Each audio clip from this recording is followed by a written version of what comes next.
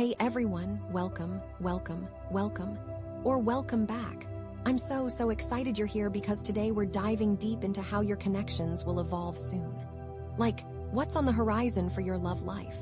I'm really feeling good about this one, and I just want to say that this is a safe space, okay? So just relax, breathe, and let's see what the universe has in store for you and your connections. So, what's special about this reading? Well, it's all about that yummy evolution of your connections. Not just romantic ones, but any kind of bond that's important to you. You know, we're going to be looking at the shifts, the growth, and the amazing potential that's just waiting to bloom. And this reading is timeless, so whenever you're watching this, the message is meant for you. All right, let's check out the piles. For pile 1, we have this amazing ruby dragon. This is all about empowering you and igniting your passion and purpose. Then, for pile 2, we have this beautiful clear quartz tree, which is here to harmonize and cultivate shared growth within your connections. Next, for pile 3, we have this amber star. It's all about centering you and illuminating your core values.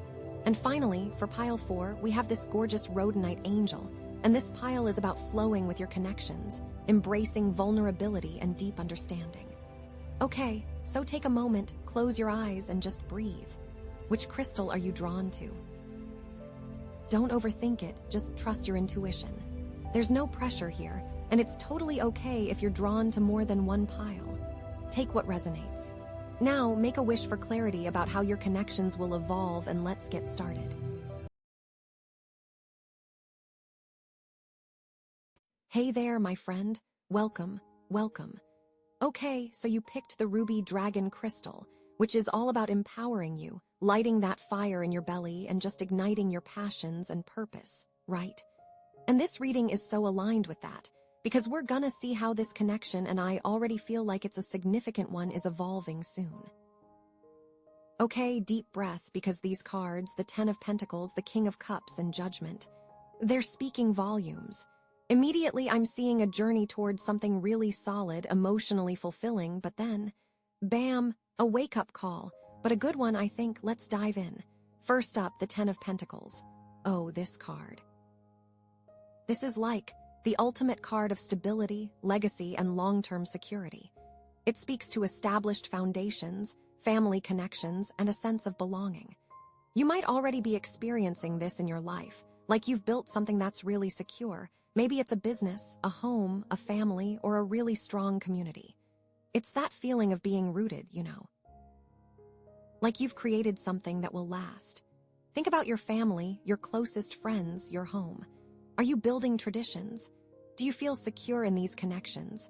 Now, this doesn't necessarily mean you're rolling in dough, though that could be part of it, but it's more about the feeling of abundance and security in all areas of your life. It's the knowledge that you have a support system, a network of people who care about you and have your back. It's like you've put in the work, you've laid the groundwork, and now you're reaping the rewards. And you know, sometimes we take these things for granted. We get so caught up in the day-to-day grind that we forget to appreciate the solid foundation we've built. So, the 10 of Pentacles is also a reminder to be grateful for what you have, to cherish those connections, and to nurture the stability in your life. It's about recognizing the value of the things that truly matter, the things that money can't buy. But the presence of this card also strongly hints at the possibility of family matters taking center stage in your life. This could manifest in different ways. Perhaps you're considering starting a family of your own, or maybe you're becoming more involved in the lives of your existing family members. It could also indicate that family traditions and values are becoming increasingly important to you. It's funny, because sometimes seeing a card like the 10 of Pentacles can feel a little stagnant. Like, is this all there is? Have I reached the peak? But trust me, that's not what this is about. It's about acknowledging the good things in your life, the things that bring you comfort and security, and using that as a springboard for something even greater. Which leads me to the King of Cups. Ooh, I love this card. He's like the embodiment of emotional intelligence. He's calm, compassionate, and in control of his emotions. He's not swayed by drama or negativity. He's able to navigate complex situations with grace and understanding. Think of someone in your life who just always seems to know the right thing to say, who can offer a comforting presence in the midst of chaos. That's King of Cups energy. Now, this card could represent someone in your life who embodies these qualities, maybe a partner, a mentor, or a close friend. But more likely, it's a call for you to embody these qualities yourself. Are you being emotionally honest with yourself and with others? Are you allowing yourself to feel your emotions without getting swept away by them? Are you approaching situations with empathy and understanding? This is the King of Cups asking you to step into your emotional power, to become a source of calm and stability for yourself and those around you. You know, sometimes it's hard to be emotionally mature, especially when we're dealing with difficult situations. It's easy to get caught up in our feelings and react impulsively. But the King of Cups reminds us that we have the power to choose our responses. We can choose to react with anger and defensiveness, or we can choose to respond with compassion and understanding. And when we choose the latter, we not only create more positive outcomes, but we also empower ourselves. Also, I think this King of Cups is coming into your life to help you appreciate the Ten of Pentacles. Like, he's helping you see the emotional richness within that stability. Maybe you've been so focused on building that foundation that you've forgotten to nurture the emotional connections within it. He's here to remind you that true security comes from a balance of both. This could also signal a time for creative expression. The King of Cups has a deep connection to his intuition and imagination, often finding outlets for his emotions through art, music, or writing. This card could be encouraging you to explore your own creative talents, to find healthy ways to express your feelings, and to connect with your inner self. Think of it as a gentle nudge to tap into your artistic side, even if you don't consider yourself a creative person. Okay, so we've got this solid foundation, this emotional guidance. And then bam, Judgment. This card is huge. This is a major turning point, a wake-up call, a rebirth. It's like the universe is saying, okay, you've built this amazing life, you've learned so much, but is it truly aligned with your soul's purpose? Judgment isn't necessarily about punishment or regret. It's about acknowledging the past, learning from your experiences, and making a conscious decision to move forward in a new direction. It's like a cosmic spring cleaning. Time to clear out the clutter, release what no longer serves you, and embrace a more authentic path. This could manifest in many different ways. Maybe you're realizing that you're not truly happy in your current job, even though it provides financial security. Maybe you're realizing that a relationship is no longer serving you, even though it's comfortable and familiar. Maybe you're realizing that you've been living your life according to other people's expectations, and it's time to break free and follow your own heart. It's scary, right? To question everything you've built, to consider making such a big change. But the Ruby Dragon energy is here to support you. This is about igniting your passions and purpose, and sometimes that means shaking things up, stepping outside your comfort zone, and taking a leap of faith. The Judgment card asks you to evaluate your life honestly.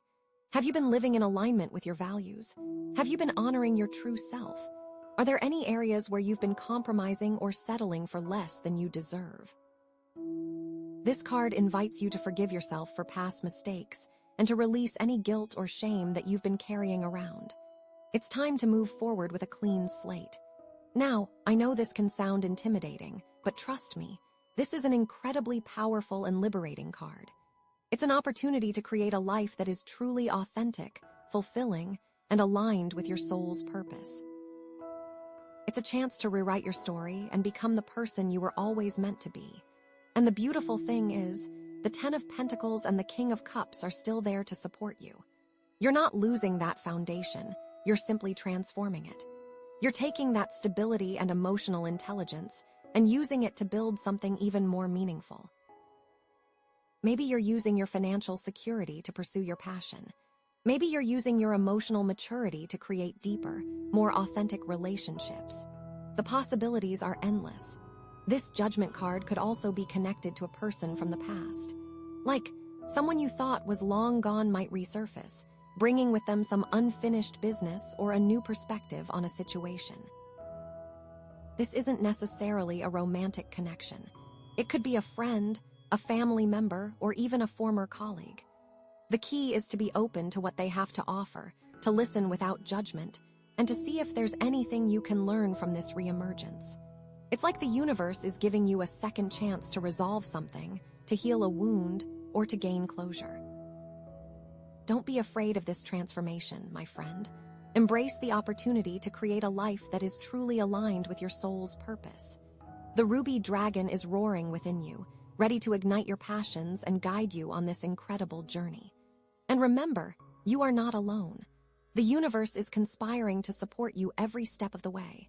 I'm so excited to see what unfolds next. I think with the next card, we'll see where this rebirth leads you. Okay, so after all that soul-searching triggered by the Judgment card, after that big aha moment, what's next? Well, hello there, Ace of Pentacles.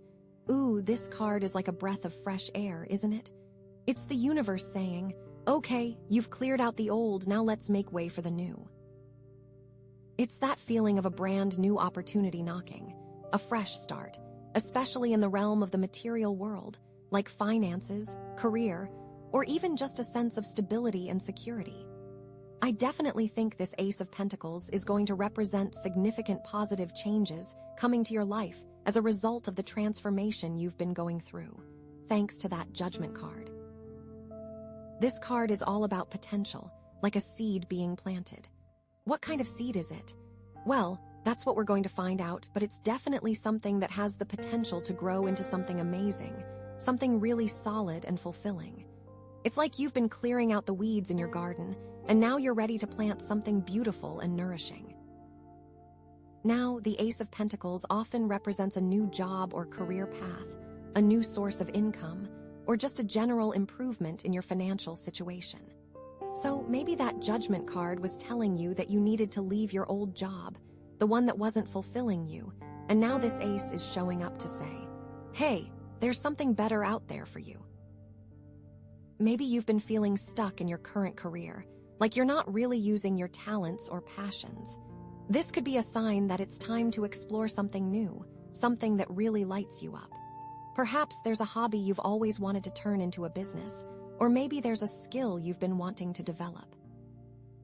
The Ace of Pentacles is encouraging you to take that leap of faith, to invest in yourself, and to see what you're truly capable of.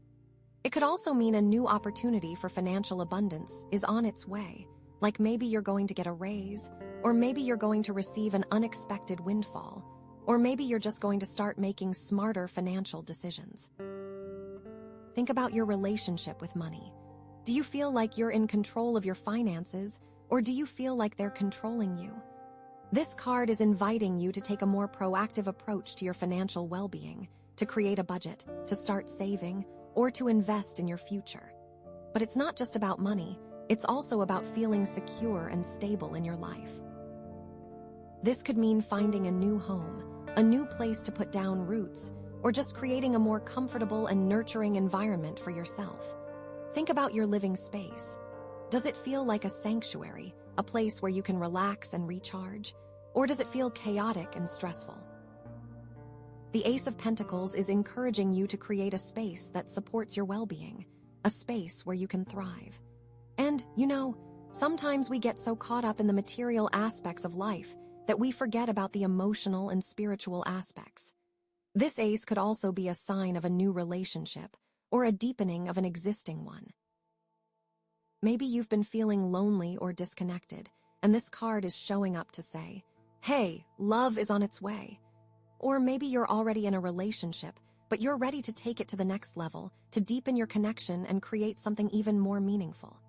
Think about the qualities you're looking for in a partner. Are you looking for someone who's kind, compassionate, and supportive? Or are you looking for someone who's exciting, adventurous, and spontaneous? The Ace of Pentacles is encouraging you to be clear about what you want and to attract someone who's truly aligned with your values. This card could also represent a new way of relating to yourself, a new sense of self-worth and self-love.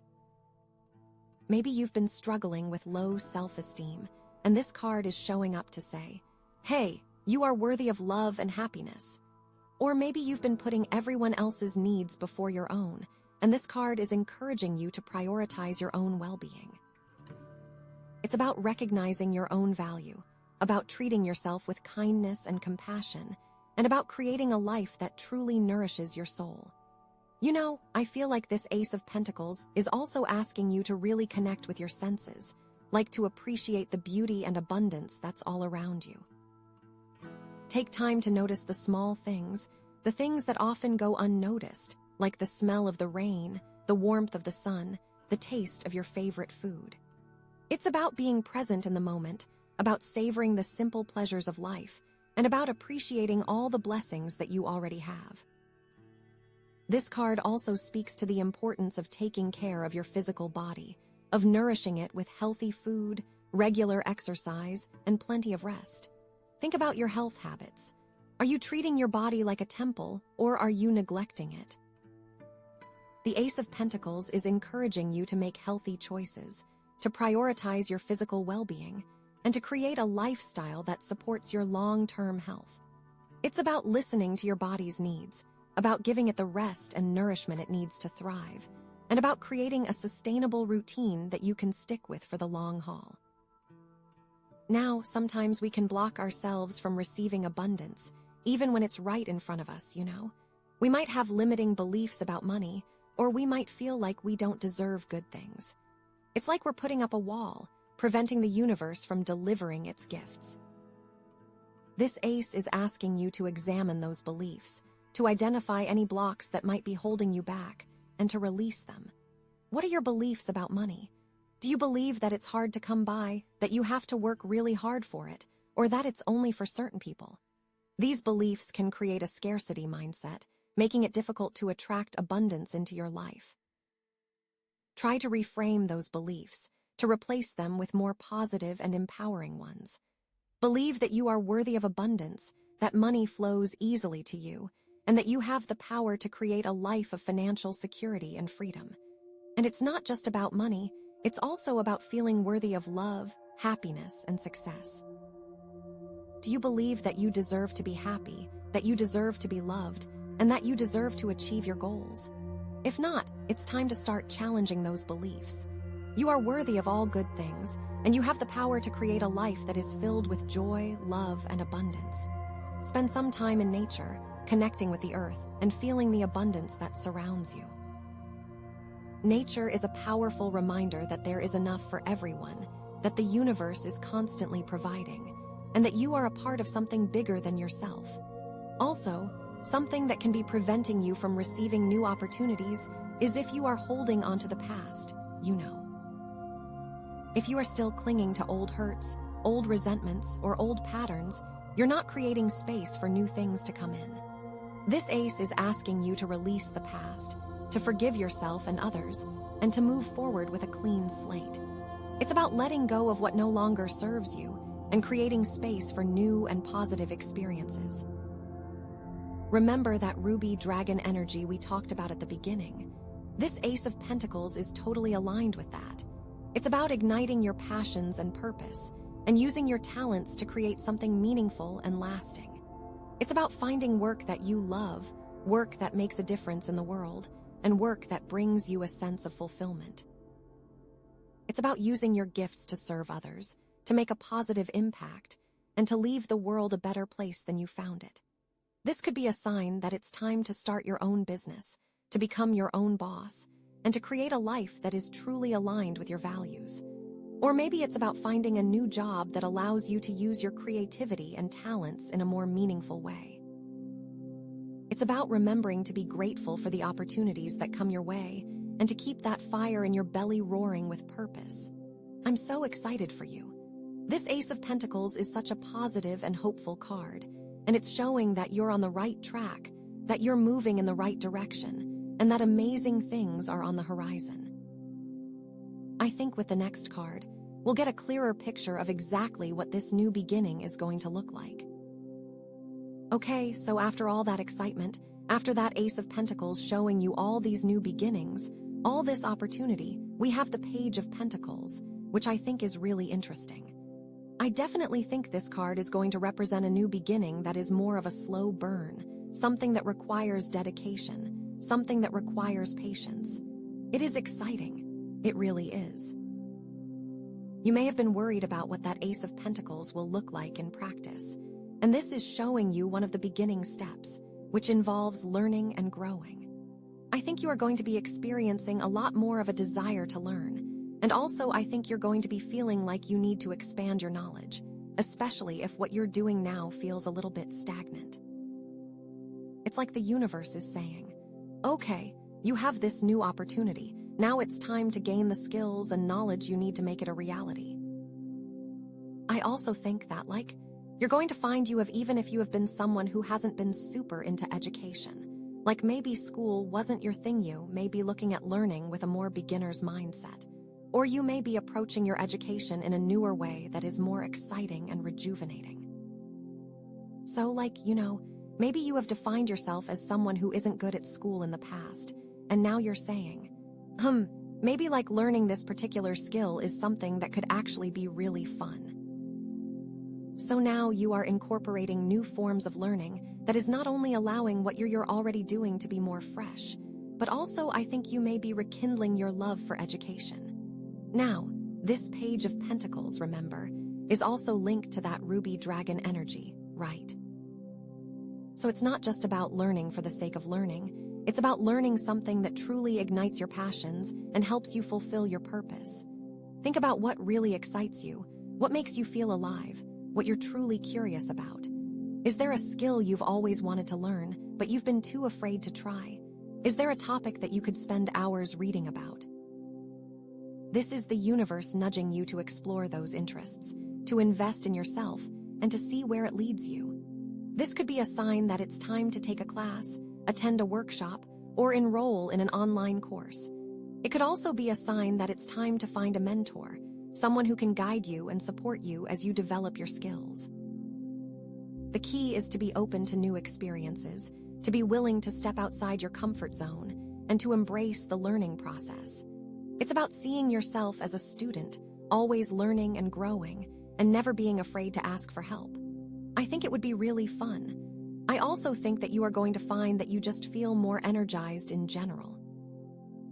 Like you feel more excited to be learning new things, to live your life, and I think that enthusiasm is going to be a bit infectious. I think other people are also going to notice that shift in you, and they're going to be inspired by your perspective as well. If one of your dreams is to be able to inspire others with your creations, that is exactly what's coming in for you.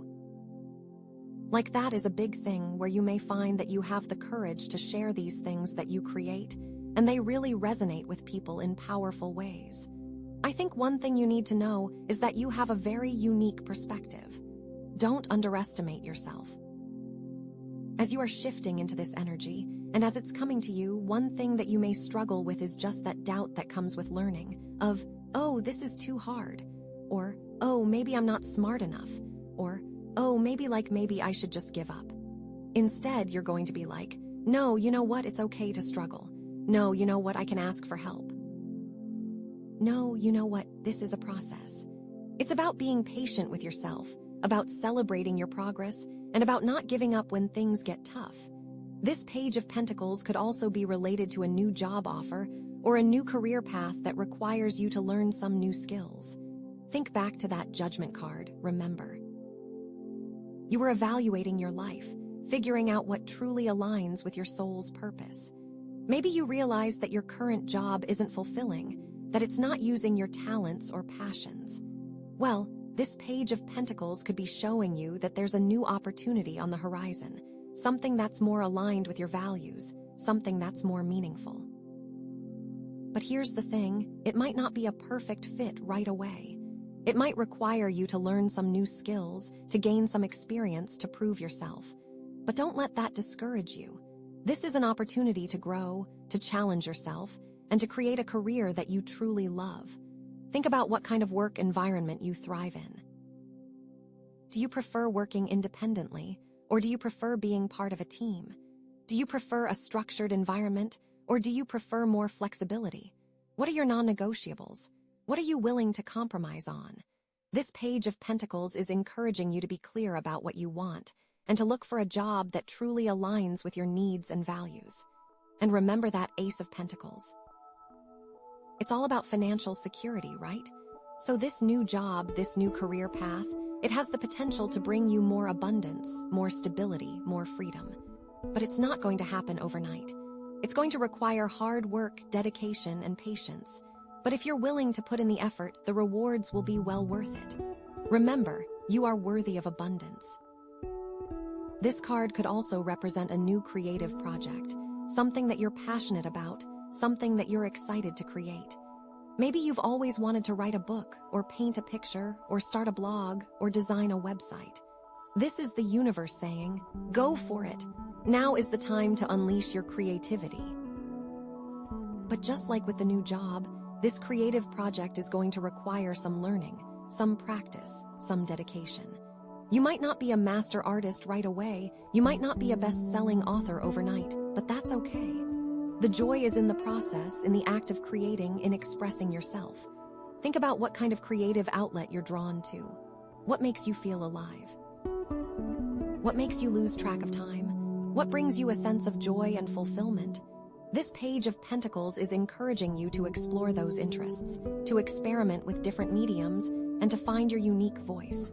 You could discover a new side of yourself. And don't be afraid to invest in yourself. Take a class, buy some art supplies, join a writing group. These investments will pay off in the long run, not just in terms of the skills you'll acquire, but also in terms of the joy and fulfillment you'll experience. I'm telling you, now is the time. Remember, the Page of Pentacles is all about staying grounded, about being practical, about taking things one step at a time. It's easy to get caught up in the excitement of a new beginning, to want to rush things, to skip ahead. But this card is reminding you to be patient, to be mindful, to be present in the moment. It's about enjoying the journey, not just focusing on the destination. There will be challenges, there will be setbacks, there will be times when you feel discouraged. But don't give up. Remember why you started, remember what you're passionate about, and keep moving forward, one step at a time. It's all about that ruby dragon energy, that fire in your belly, that unwavering belief in yourself and your potential. Trust that you have what it takes to succeed, and trust that the universe is supporting you every step of the way. Also, something that can be preventing you from achieving your goals is if you are comparing yourself to others. You know, if you are constantly looking at what other people are doing, you're going to feel discouraged and inadequate. This page is asking you to focus on your own journey, to celebrate your own progress, and to not worry about what other people are doing. Remember to be grateful for the opportunities that come your way and to keep that fire in your belly roaring with purpose. I'm so excited for you. This Page of Pentacles is such a hopeful card, and it's showing that you're on the right track, that you're moving in the right direction, and that amazing things are on the horizon. I think with the next card, we'll get an even clearer picture of what you're working towards and how you're actually going to make it happen. Okay, so after all of that learning and growing that you're going to be doing with the Page of Pentacles, bam, we have the Tower. Okay, this is intense, right? This is definitely a card that can make you go, whoa, what's happening? This card is all about sudden change, unexpected upheaval, and the dismantling of old structures. I definitely think that this card is going to represent some significant disruption coming into your life, right after all these positive changes. Like, wait, what?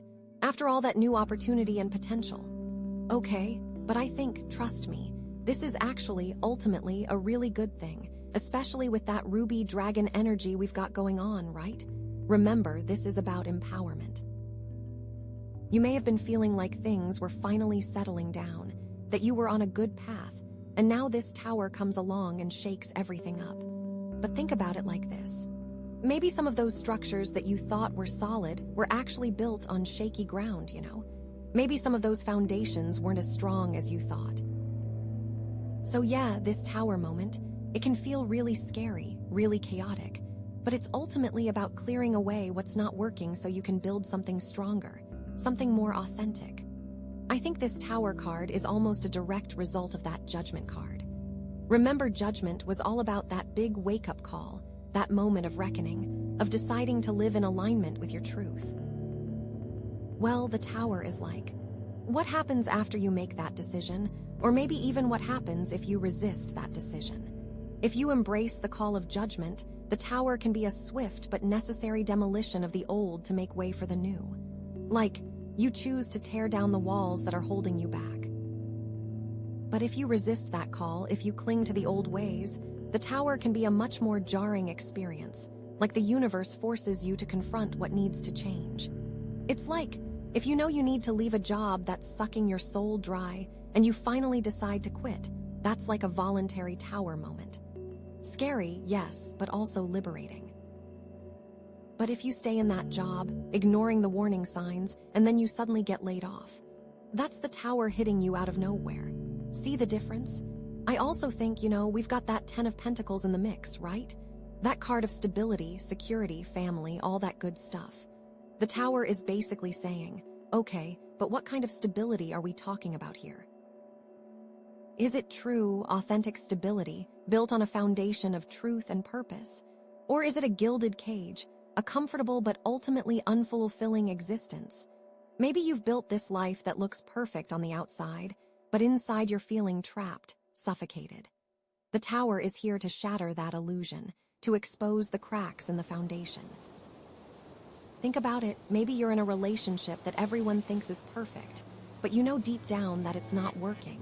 Or maybe you're living in a house that's too big, too expensive, and it's draining your energy.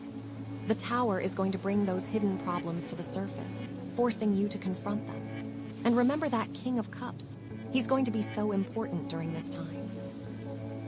Because the tower is an emotional experience, it's going to bring up a lot of feelings, fear, anger, grief, confusion. The King of Cups is that reminder to stay calm, to be compassionate with yourself, and to navigate this chaos with emotional intelligence.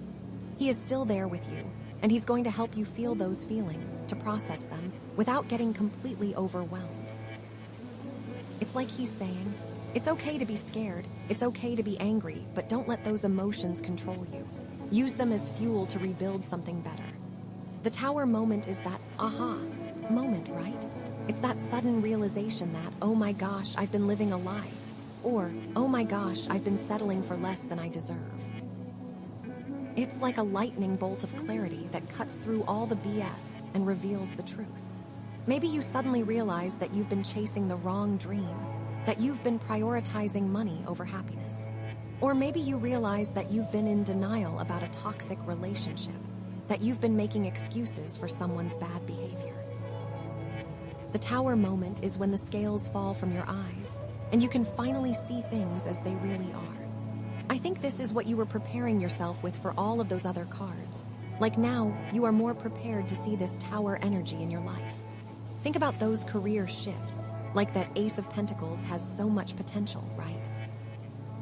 But the tower says, hold on before you jump into that new opportunity. Are you sure it's the right one? Are you sure it's aligned with your soul's purpose? Maybe you thought you wanted to start a certain kind of business, but the tower reveals that it's not really your passion, that it's just a way to make money. This can be a big moment. Or think about relationship changes. Maybe you thought you were ready to commit to someone, but the tower reveals that there are unresolved issues, that you're not really compatible. Or think of those spiritual awakenings.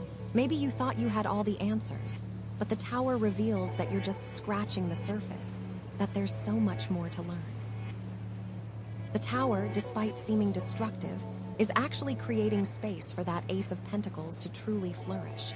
It's clearing away the debris, the old patterns, the limiting beliefs, so you can build something new, something more aligned with your authentic self. Like, imagine you're trying to plant a garden in rocky, infertile soil. You could try to force the plants to grow, but they're never going to thrive. The tower is like coming in with a bulldozer, clearing away all the rocks and weeds, and bringing in fresh, fertile soil. Now, the Ace of Pentacles has the perfect environment to take root and grow strong. The tower is giving you the space to build that new career or to take it to a new level. And that Page of Pentacles, that journey of learning, becomes even more crucial now. Because you're not just learning new skills, you're learning how to navigate change, how to adapt to uncertainty, how to rebuild after a crisis. You're learning resilience, resourcefulness, and the power of your own inner strength. Like I was talking about with shifting your mindset, it's becoming a very big thing for you that you are going to be experiencing a lot more energy.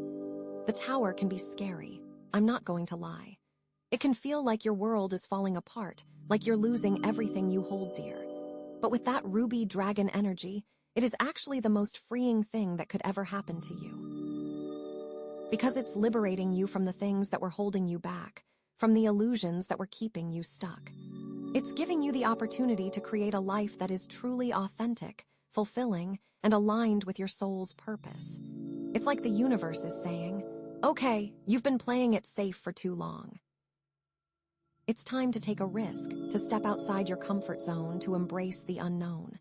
It's not going to be easy, but it's going to be worth it. Trust me. Because on the other side of the tower, there's liberation, there's authenticity, and there's the potential for something truly amazing to emerge. It's exciting, right? I know it's scary, but it's exciting. Okay, so with the next card, we are really going to see what that amazing thing is on the other side of the tower. Okay, so after all of that chaos and upheaval of the tower, after everything being shaken up, we have the Queen of Swords. Ooh, she is intense, isn't she? I definitely think this card is going to represent a need for clarity, for cutting through the BS, for making some really tough decisions. This card is all about using your intellect, your sharp mind, to see things as they really are, and then acting decisively, even if it's not easy, even if it's not popular.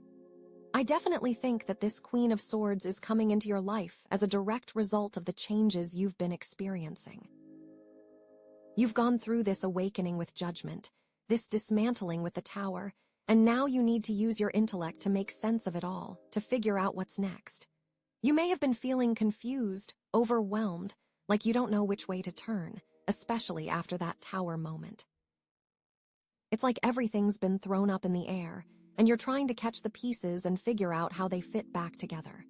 This Queen of Swords is here to help you sort through the chaos, to see things clearly, and to make some strategic decisions. She's saying, okay, the dust has settled, now it's time to get real. It's time to be honest with yourself and with others, and to make some tough choices based on logic and reason, not just emotions. I also think that, you're going to find that you have a newfound strength, a newfound sense of self-assurance. Even if you've been someone who's been more emotional, more intuitive, you may be surprised by how much you're able to tap into your logical side right now. So, maybe you have defined yourself as someone who's always led with your heart, and now you're saying, maybe it's time to lead with my head for a while.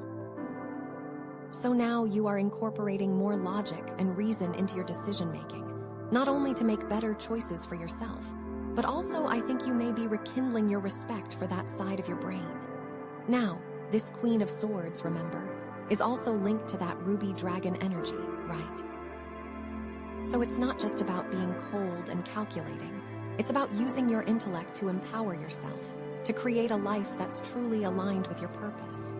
Think about what you really want, what you really need, and what you're willing to do to get it. Are there any areas in your life where you've been compromising your values, where you've been settling for less than you deserve? This is the universe nudging you to stand up for yourself, to assert your needs, and to make some changes, even if they're difficult. This could be a sign that it's time to end a relationship that's not serving you, to leave a job that's draining your energy, or to set some boundaries with people who are taking advantage of you. It could also be a sign that it's time to speak your truth, to share your opinions, and to let your voice be heard. The key is to be honest with yourself, to be clear about your intentions, and to communicate your needs effectively. It's about seeing yourself as a strong, independent woman, capable of making your own decisions, and not afraid to stand up for what you believe in. It's about embracing your power, your intelligence, and your ability to cut through the BS. I also think that you are going to find that you just feel more confident in general. Like you feel more secure in your decisions, more capable of handling whatever comes your way. And I think that that confidence is going to be really attractive to other people. I think other people are also going to notice that shift in you, and they're going to be drawn to your strength and your clarity. You know, if one of your dreams is to be seen as a leader, as someone who's respected for her intellect and her integrity, that is exactly what's coming in for you.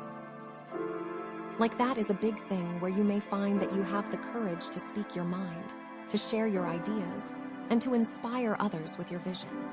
I think one thing you need to know is that you have a very sharp mind.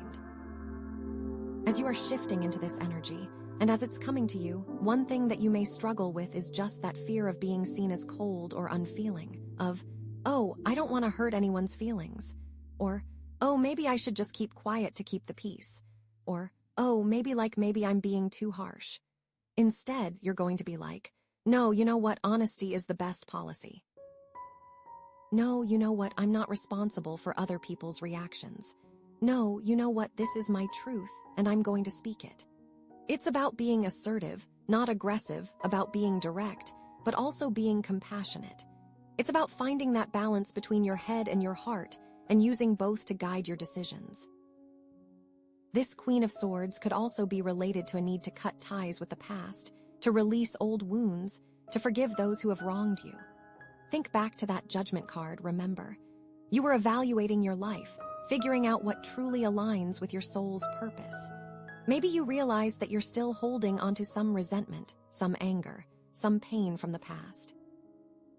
Well, this Queen of Swords could be showing you that it's time to let it go, to forgive yourself and others, and to move forward with a clean slate.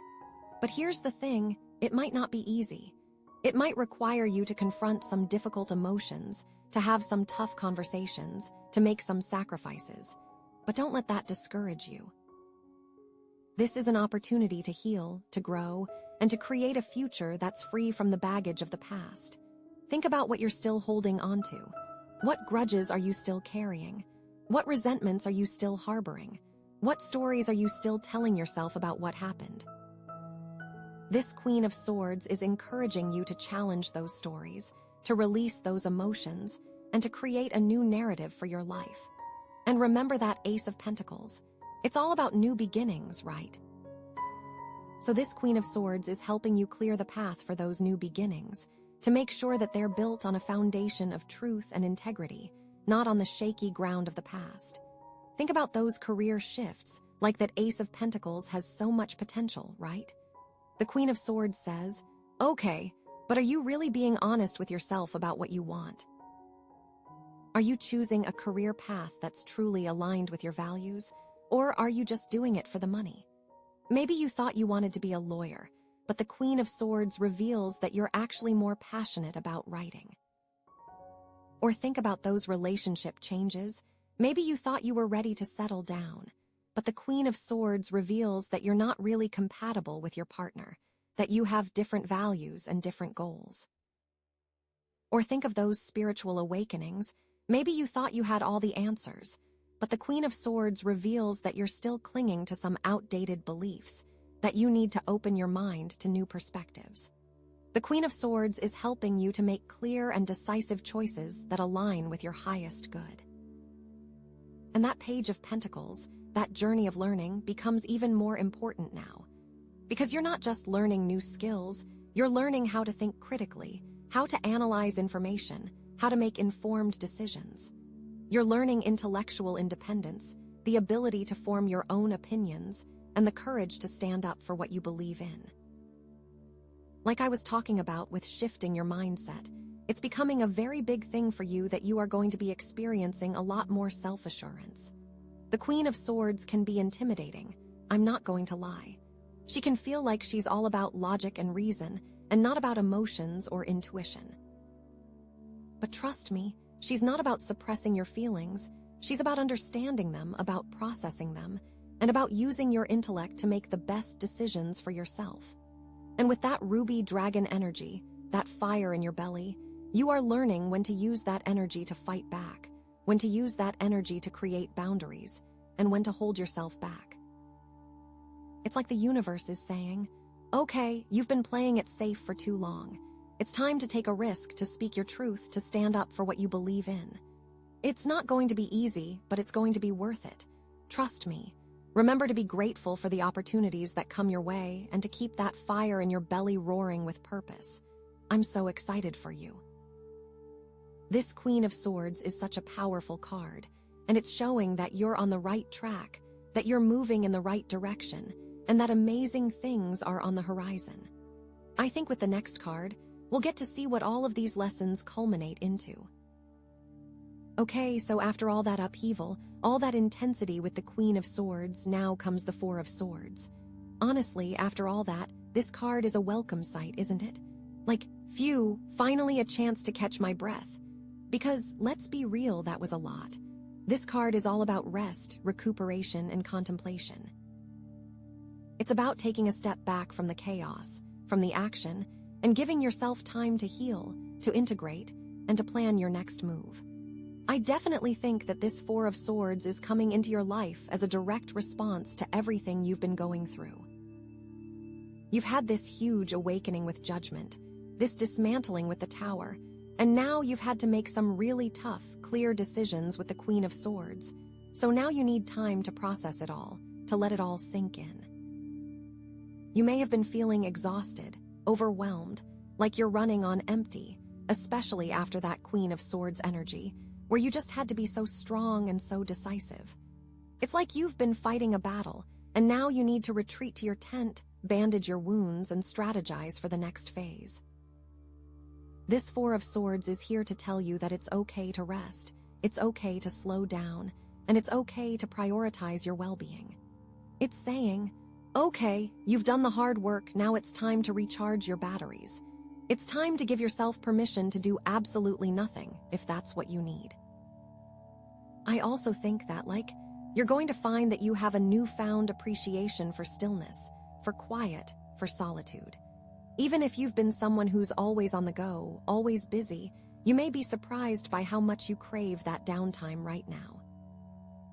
So, maybe you have defined yourself as someone who thrives on activity, and now you're saying, maybe it's time to embrace my inner couch potato for a while. So now you are incorporating more rest and relaxation into your routine, not only to recover from the recent changes, but also I think you may be rekindling your love for simple pleasures. Now, this Four of Swords, remember, is also linked to that ruby dragon energy, right? So it's not just about being lazy or unproductive, it's about using this time to reconnect with your passions, to clarify your purpose, and to fuel your inner fire. Think about what truly nourishes your soul, what makes you feel alive, and what inspires you to keep going. Are there any hobbies you've been neglecting, any creative projects you've been putting off, or any self-care practices you've been ignoring? This is the universe nudging you to prioritize those things, to invest in your well-being, and to reignite your inner spark. This could be a sign that it's time to take a vacation, to book a spa day, or to spend some time in nature. It could also be a sign that it's time to meditate, to journal, or to practice some other form of mindfulness. The key is to be intentional about your rest, to create a space where you can truly relax, and to allow yourself to be present in the moment. It's about seeing yourself as worthy of rest, as deserving of self-care, and as capable of creating a life that's balanced and fulfilling. I also think that you are going to find that you just feel more grounded in general. Like you feel more connected to your body, more aware of your needs, and I think that that awareness is going to be really helpful as you move forward. I think other people are also going to notice that shift in you, and they're going to be drawn to your calm energy and your sense of peace. If one of your dreams is to be seen as someone who's balanced, who's centered, who's at peace with themselves, that is exactly what's coming in for you. That is a big thing where you may find that you have the courage to say no to things that don't serve you, to prioritize your own well-being, and to create a life that's truly sustainable. I think one thing you need to know is that you have a very strong inner compass. As you are shifting into this energy, and as it's coming to you, one thing that you may struggle with is just that guilt of resting, of, oh, I should be doing more, or, oh, maybe I'm being lazy, or, oh, maybe I'm letting people down. Instead, you're going to be like, no, you know what, rest is productive. No, you know what, I can't pour from an empty cup. No, you know what? This is my time to recharge, and I deserve it. It's about being kind to yourself, about honoring your needs, and about trusting that you'll be even more effective when you're rested and rejuvenated. This Four of Swords could also be related to a need to step away from a situation, to gain some perspective, to see things from a different angle. Think back to that judgment card, remember. You were evaluating your life, figuring out what truly aligns with your soul's purpose. Maybe you realized that you're too close to a situation, that you can't see it clearly, that you need to take a step back. Well, this Four of Swords could be showing you that it's time to do just that, to create some distance, to gain some clarity, and to make a more informed decision. But here's the thing, it might not be easy. It might require you to let go of control, to trust the process, and to have faith that everything will work out for the best. But don't let that discourage you. This is an opportunity to gain a new perspective, to see things from a higher level, and to make a decision that's truly aligned with your highest good. Think about what situation you're too close to. What relationships are you too invested in? What projects are you too attached to? What outcomes are you too focused on? This Four of Swords is encouraging you to detach from those things, to release your expectations, and to allow the universe to guide you. And remember that Ace of Pentacles. It's all about new beginnings, right? So this Four of Swords is helping you prepare for those new beginnings, to make sure that you're rested, rejuvenated, and ready to embrace them fully. Think about those career shifts, like that Ace of Pentacles has so much potential, right? The Four of Swords says, okay, but before you jump into that new job, take some time to recharge, to clarify your goals, and to make sure that it's the right fit for you. Maybe you thought you wanted to start a business, but the Four of Swords reveals that you need to take some time to develop your skills, to research the market, and to create a solid business plan. Or think about those relationship changes. Maybe you thought you were ready to commit to someone, but the Four of Swords reveals that you need to take some time to heal from past hurts, to clarify your values, and to make sure that you're truly ready for a committed relationship. Or think of those spiritual awakenings. Maybe you thought you had all the answers, but the Four of Swords reveals that you need to take some time to integrate your new insights, to practice what you've learned, and to make sure that you're living in alignment with your truth. The Four of Swords is helping you to prepare for the next chapter of your life, to make sure that you're rested, grounded, and ready to thrive. And that Page of Pentacles, that journey of learning, becomes even more important now. Because you're not just learning new skills, you're learning how to manage your energy, how to prioritize your well-being, and how to create a sustainable lifestyle. You're learning self-discipline, the ability to say no to things that drain you, and the courage to say yes to things that nourish you. Like I was talking about with shifting your mindset, it's becoming a very big thing for you that you are going to be experiencing a lot more inner peace. The Four of Swords can feel passive, I'm not going to lie. It can feel like you're not doing anything, like you're just wasting time. But trust me, it's not about being idle, it's about being intentional. It's about using this time to recharge, to reflect, and to prepare for the next phase of your journey. And with that ruby dragon energy, that fire in your belly, you are learning when to use that energy to push forward, when to use that energy to rest, and when to use that energy to simply be present.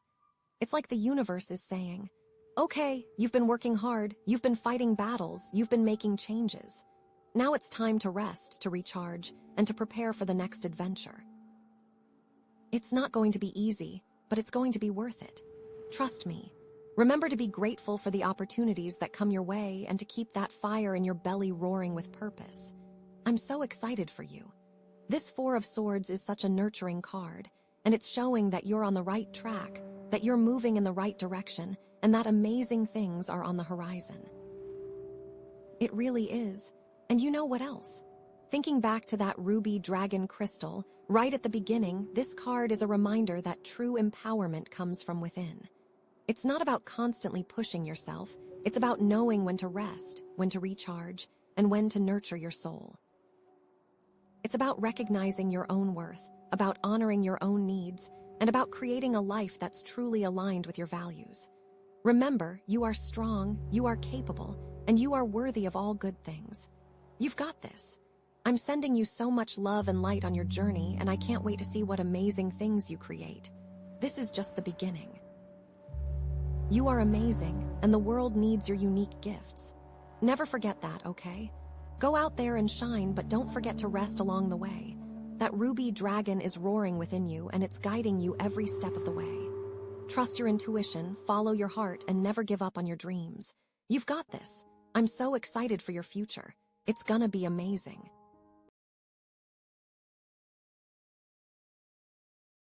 Okay, so with the clear quartz tree as your pile marker, and its harmonizing energy, plus the theme being cultivating shared growth, it feels like this connection really has the potential to find a beautiful balance, you know? And that balance can lead to amazing new beginnings.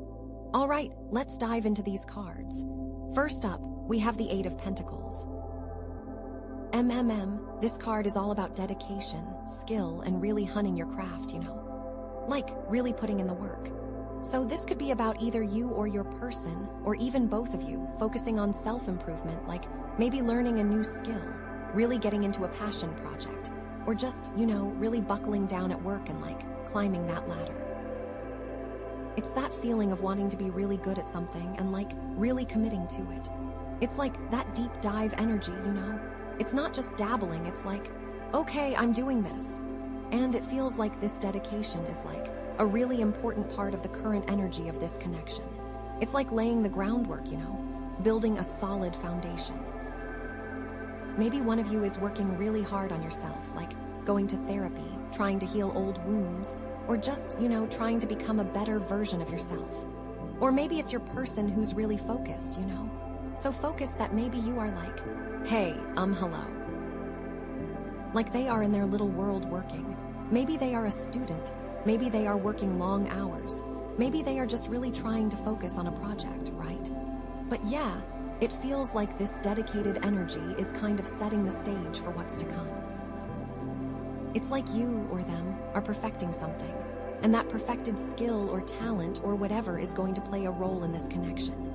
It's like you are leveling up, and it's going to be really important for what comes next, you know? Think of it like this. If you're both trying to build a house together, someone's gotta know how to hammer a nail, you know? Someone's gotta know how to read the blueprints. Like that vibe. Ooh, and also this card, just thinking about it, it is giving me like, if it's not necessarily about work, it could be like a spiritual practice. Like really diving deep into meditation or yoga or some kind of energy work. Like really committing to your spiritual growth, you know? It feels like a really intentional effort. And like maybe you or your person are really trying to get in touch with your intuition, your higher self, or just, you know, find some inner peace. And honestly, that makes sense with the harmonizing energy of the clear quartz tree. It's all about finding balance and inner harmony, right? And then we have the Seven of Cups. Now this card is like options overload, you know. It's like being at a buffet and not knowing what to choose. Like so many possibilities, so many choices, but also like a little bit of illusion in there too. So maybe you or your person are feeling a little overwhelmed with choices right now. Maybe you're being presented with different opportunities, different paths, and you're just not sure which one to take. It's like you can see all these shiny, tempting things, but you don't really know what's real and what's just a mirage, you know? Like maybe you're trying to decide between different career paths, different relationships, different living situations. It could be anything, really. Or maybe it's your person who's feeling this way. Like maybe they're torn between different people, different commitments, or different desires. And maybe this is creating some confusion or uncertainty in the connection. It's like you're both trying to navigate this maze of choices, and you're not really sure which way to go. Are they thinking about you or other people? What are their options here, and what are you even to them, you know? But also, the Seven of Cups can be about imagination and creativity, right? Like, maybe you or your person are just really in touch with your creative side right now. Like, you're dreaming big, you're brainstorming ideas, you're just letting your mind wander and explore all the possibilities. It's like you're painting a picture of your ideal future, but you're not quite sure how to make it a reality yet. And maybe this creative energy is kind of fueling the connection in a way.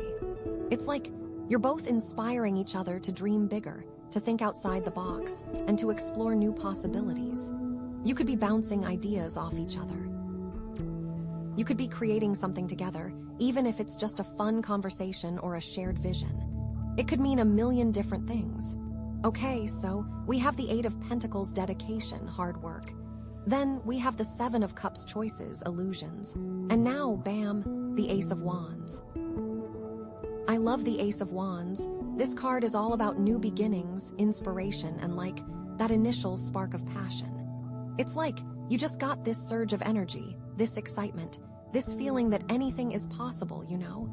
This is the birth of an idea, the start of a journey, the beginning of something new and exciting. So with this card showing up, it feels like there's a real potential for a fresh start in this connection, you know? Like, maybe you and your person are about to embark on a new adventure together. Or maybe you're just feeling a renewed sense of excitement and passion for each other. It's like the spark is there, the potential is there, and now it's just a matter of nurturing that flame, you know? So think about it this way. The Ace of Wands is like the match that lights the fire. You've got all this potential energy, all this passion, all this desire, and now you just need that initial spark to ignite it all. It's like maybe you've been feeling stuck in a rut, or maybe you've been feeling like things have been a little stale.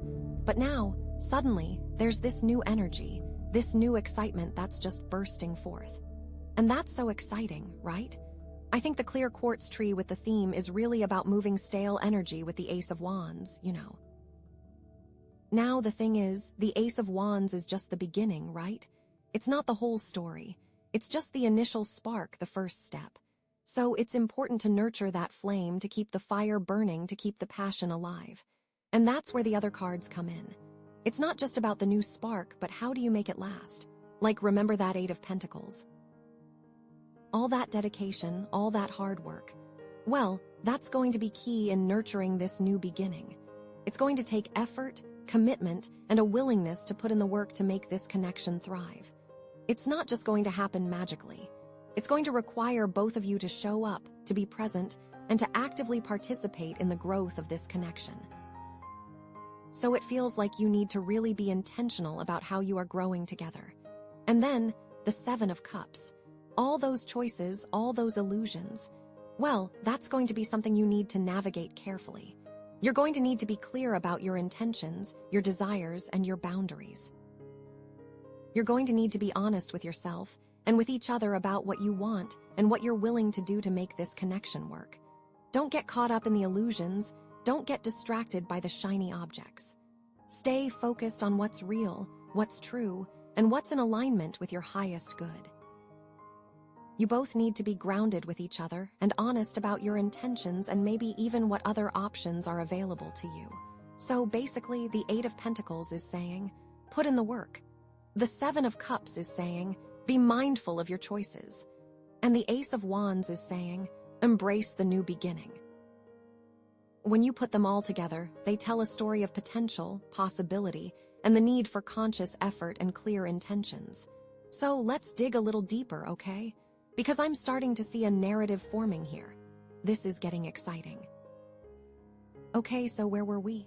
Yes, the need for conscious effort and clear intentions, which is huge because now we're pulling the Judgment card, which is like a massive wake-up call, you know? Like the wake-up call, it's like the universe is shouting, hey, time to pay attention, time to level up.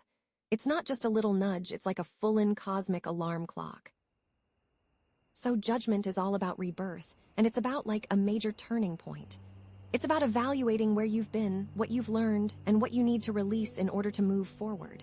It's like a spiritual audit, you know, taking stock of your soul. And it's also about answering a call, like a higher calling. It's like you're being asked to step into your true potential, to embrace your destiny, to live your life with purpose and passion. Heavy stuff, right? But also, like, incredibly exciting. Okay, so how does this connect to everything else? Well, let's start with that Eight of Pentacles, right? All that dedication and hard work. I feel like the Judgment card is saying that all that effort you've been putting in, it's about to pay off.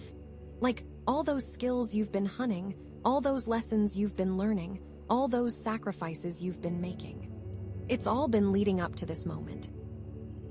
It's like you've been climbing this mountain, and now you're finally reaching the summit, and you're about to get this incredible view, you know.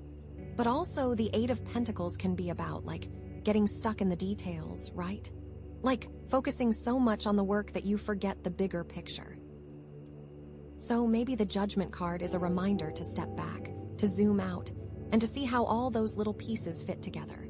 It's like you've been so busy hammering nails that you haven't noticed you're building a freaking castle, you know? And then we have the Seven of Cups with all those choices and illusions. Ooh, this is where it gets really interesting. Because the Judgment card is all about clarity, right? It's about seeing things as they truly are, without the rose-colored glasses, without the wishful thinking. So maybe the Judgment card is shining a light on those illusions that you've been clinging to. Maybe it's revealing the truth about a situation that you've been avoiding. Or maybe it's helping you to see through the BS and to make a clear, conscious decision about which path to take. It's like all those options in the Seven of Cups. The Judgment card is saying, okay, time to choose. But choose wisely, choose with intention, and choose based on what's real, not what's just shiny and tempting. You know. It's like, are you choosing from a place of fear, or are you choosing from a place of love? Are you choosing what's easy, or are you choosing what's right? These are the kinds of questions the Judgment card is asking. And remember, the clear quartz tree is all about harmonizing.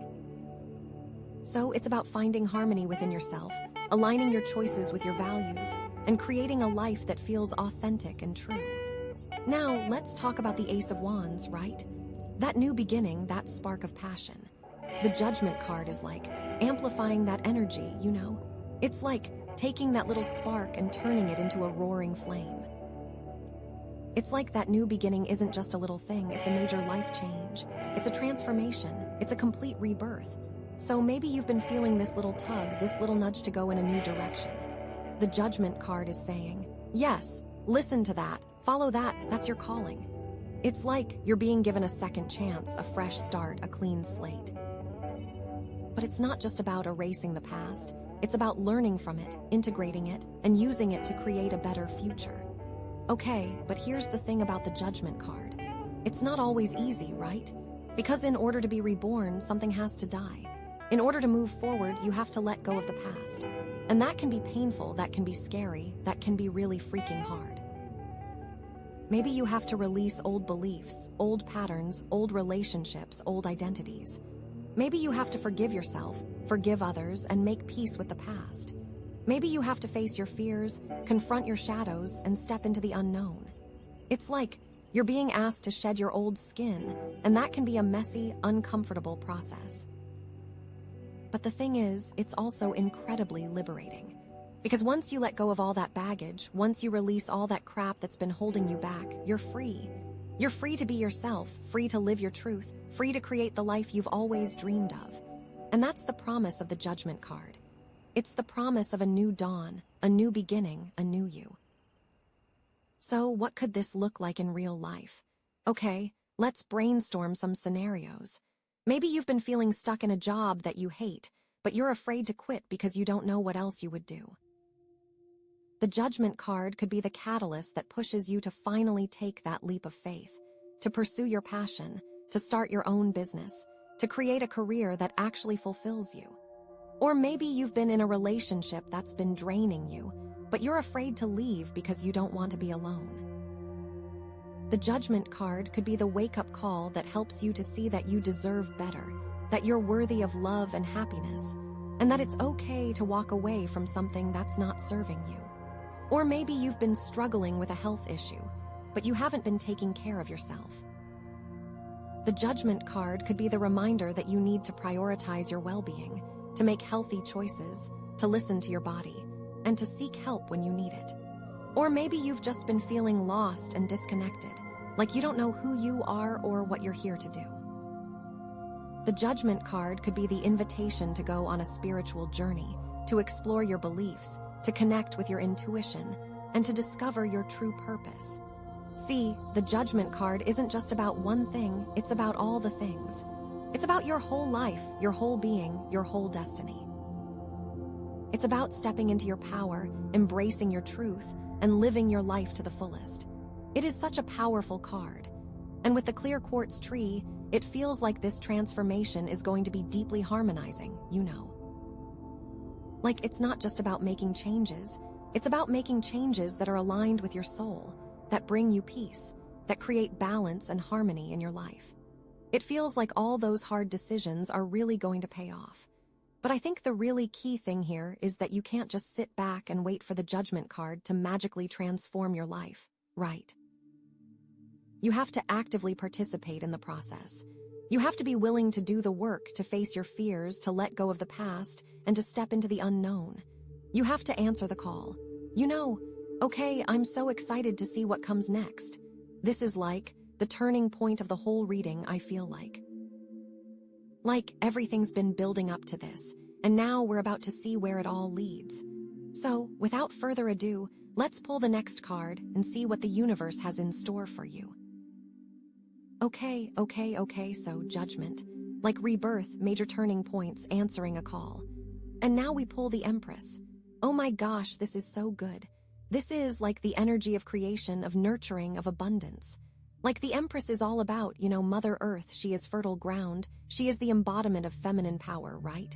And like all that good stuff. So how does this fit in with everything else? Okay, first things first, let's connect it back to that Eight of Pentacles, that dedication, that hard work. I feel like the Empress is saying that all that effort you've been putting in, like now it's time to reap the rewards, Like you've been planting the seeds, you've been watering the garden, and now it's time to harvest all that goodness. It's like all that dedication to self-improvement, all that focus on your skills and talents. It's all going to blossom into something beautiful and abundant. You're going to see the fruits of your labor, and it's going to be amazing. But also, the Empress is about enjoying the process, right? Like, it's not just about the end result, it's about savoring every moment along the way. It's about appreciating the beauty that surrounds you and about finding joy in the simple things. So maybe the Empress is a reminder to slow down, to relax, and to really appreciate all the good things in your life. And then the Seven of Cups with all those choices and illusions. Ooh, this is where it gets really juicy. Because the Empress is all about clarity, right? Like, she sees through the BS, she knows what's real and what's not. So maybe the Empress is helping you to make those choices from a place of love and abundance, rather than from a place of fear or scarcity. It's like instead of being overwhelmed by all those options, you're able to see them clearly and choose the one that's truly in alignment with your heart. You're able to trust your intuition, to follow your gut, and to make decisions that feel good and right. Or, maybe the Empress is saying that you don't even need to make a choice right now, Like maybe it's okay to just let things unfold, to trust the process, and to allow the universe to guide you. Like maybe the right path will reveal itself in time, and you don't need to force anything. That makes sense, right? And then, the Ace of Wands, that new beginning, that spark of passion. Oh my gosh, the Empress is like fueling that fire, It's like taking that little spark and turning it into a bonfire. It's like that new beginning is going to be so fertile, so abundant, so full of potential. It's like you're planting a seed in rich soil, and it's going to grow into something magnificent. So whatever that new beginning is, whether it's a new relationship, a new career, a new creative project, the Empress is saying that it's going to be blessed with abundance and growth. It's going to be something that nourishes you, that fulfills you, and that brings you so much joy. And then, Judgment, that major wake-up call. How does the Empress play into that? Well, I feel like the Empress is saying that this rebirth, this transformation, is going to be a beautiful one, It's not going to be all fire and brimstone, it's going to be gentle and nurturing. It's like you're shedding your old skin, but you're doing it in a way that's kind and compassionate to yourself.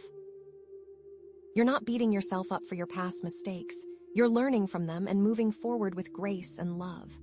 It's like that Judgment card is pushing you to step into your power, but the Empress is reminding you to do it with love and compassion. It's not about being harsh or judgmental. It's about being kind and understanding, both to yourself and to others. You know. And with the clear quartz tree and its harmonizing energy, this just feels like a very balanced and beautiful transformation. Okay, but let's dig a little deeper into the Empress energy, okay? Because this card is so rich with meaning. So the Empress is all about feminine power, right? But what does that really mean? Well, it's not just about being a woman. It's about embracing your feminine qualities, regardless of your gender. It's about being nurturing, compassionate, intuitive, and creative. It's about connecting with your emotions, trusting your instincts, and expressing your true self. It's about being in touch with your body, honoring your cycles, and celebrating your sensuality. So maybe the Empress is a reminder to embrace your feminine side, to connect with your inner goddess, and to allow yourself to be soft and vulnerable. It's about letting go of the need to be strong and independent all the time, and allowing yourself to receive love and support from others. It's about nurturing yourself, taking care of your needs, and prioritizing your well-being. And the Empress is also about abundance, right? Like, she's surrounded by all the good things in life: love, beauty, pleasure, and prosperity. So maybe the Empress is a reminder to open yourself up to receive all the abundance that the universe has to offer. It's about believing that you're worthy of good things, that you deserve to be happy and fulfilled, and that you're capable of creating a life that's full of joy and abundance. But here's the thing about the Empress. There's a shadow side to her energy too, right? Like, she can be a little bit controlling, a little bit smothering, a little bit too attached. So maybe the Empress is a warning not to become too overbearing or possessive in your relationships. It's about giving people space to grow, allowing them to be themselves, and trusting that they'll make the right choices for themselves. It's about letting go of the need to control everything and trusting that the universe has a plan. It's like, you can't force a flower to bloom, you know. You can water it, you can give it sunlight, but you can't make it grow faster than it's meant to. You have to trust that it will bloom in its own time, in its own way. And that's the same with relationships, right? You can nurture them, you can support them, but you can't force them to be something they're not. You have to trust that they will unfold in their own time, in their own way. So, what could this look like in real life? Okay, let's brainstorm some scenarios. Maybe you've been trying to manifest a relationship, but you've been getting too attached to the outcome. The Empress could be a reminder to let go of the need to control things, to trust that the universe will bring you the right person at the right time, and to focus on enjoying your life in the meantime. It's about being open to love, but not desperate for it. It's about being happy with yourself, regardless of your relationship status. Or maybe you're in a relationship, but you've been feeling like you're giving too much and not receiving enough. The Empress could be a reminder to prioritize your own needs, to set boundaries, and to ask for what you want. It's about making sure that you're being nurtured and supported in the relationship, and that you're not just giving all the time. It's about creating a balance of give and take. Or maybe you've been struggling with a creative project, but you've been getting too caught up in the details. The Empress could be a reminder to step back, to relax, and to allow your creativity to flow. It's about trusting your instincts, letting go of perfectionism, and enjoying the process of creating. It's about connecting with your inner muse and allowing her to guide you. It's also about connecting with nature, because the Empress is so connected to the earth, right? So maybe this is a sign to spend more time outside, to go for walks in the park, to plant a garden, to connect with the natural world. It's about grounding yourself, connecting with your senses, and appreciating the beauty that surrounds you. See, the Empress is such a multifaceted card, right?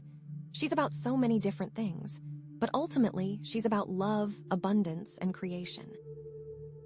She's about embracing your feminine power, connecting with your intuition, and creating a life that's full of joy and fulfillment. She's such a powerful and nurturing figure.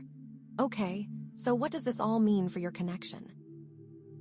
Well, with the clear quartz tree as your pile marker, and its harmonizing energy, it feels like this connection has the potential to be incredibly nourishing and fulfilling. The Empress is bringing in a wave of love, abundance, and creativity, which could really help to deepen the bond between you and your person. However, it's important to be mindful of the shadow side of the Empress and to avoid becoming too controlling or smothering in the relationship. It's about finding a balance between nurturing and allowing space for growth.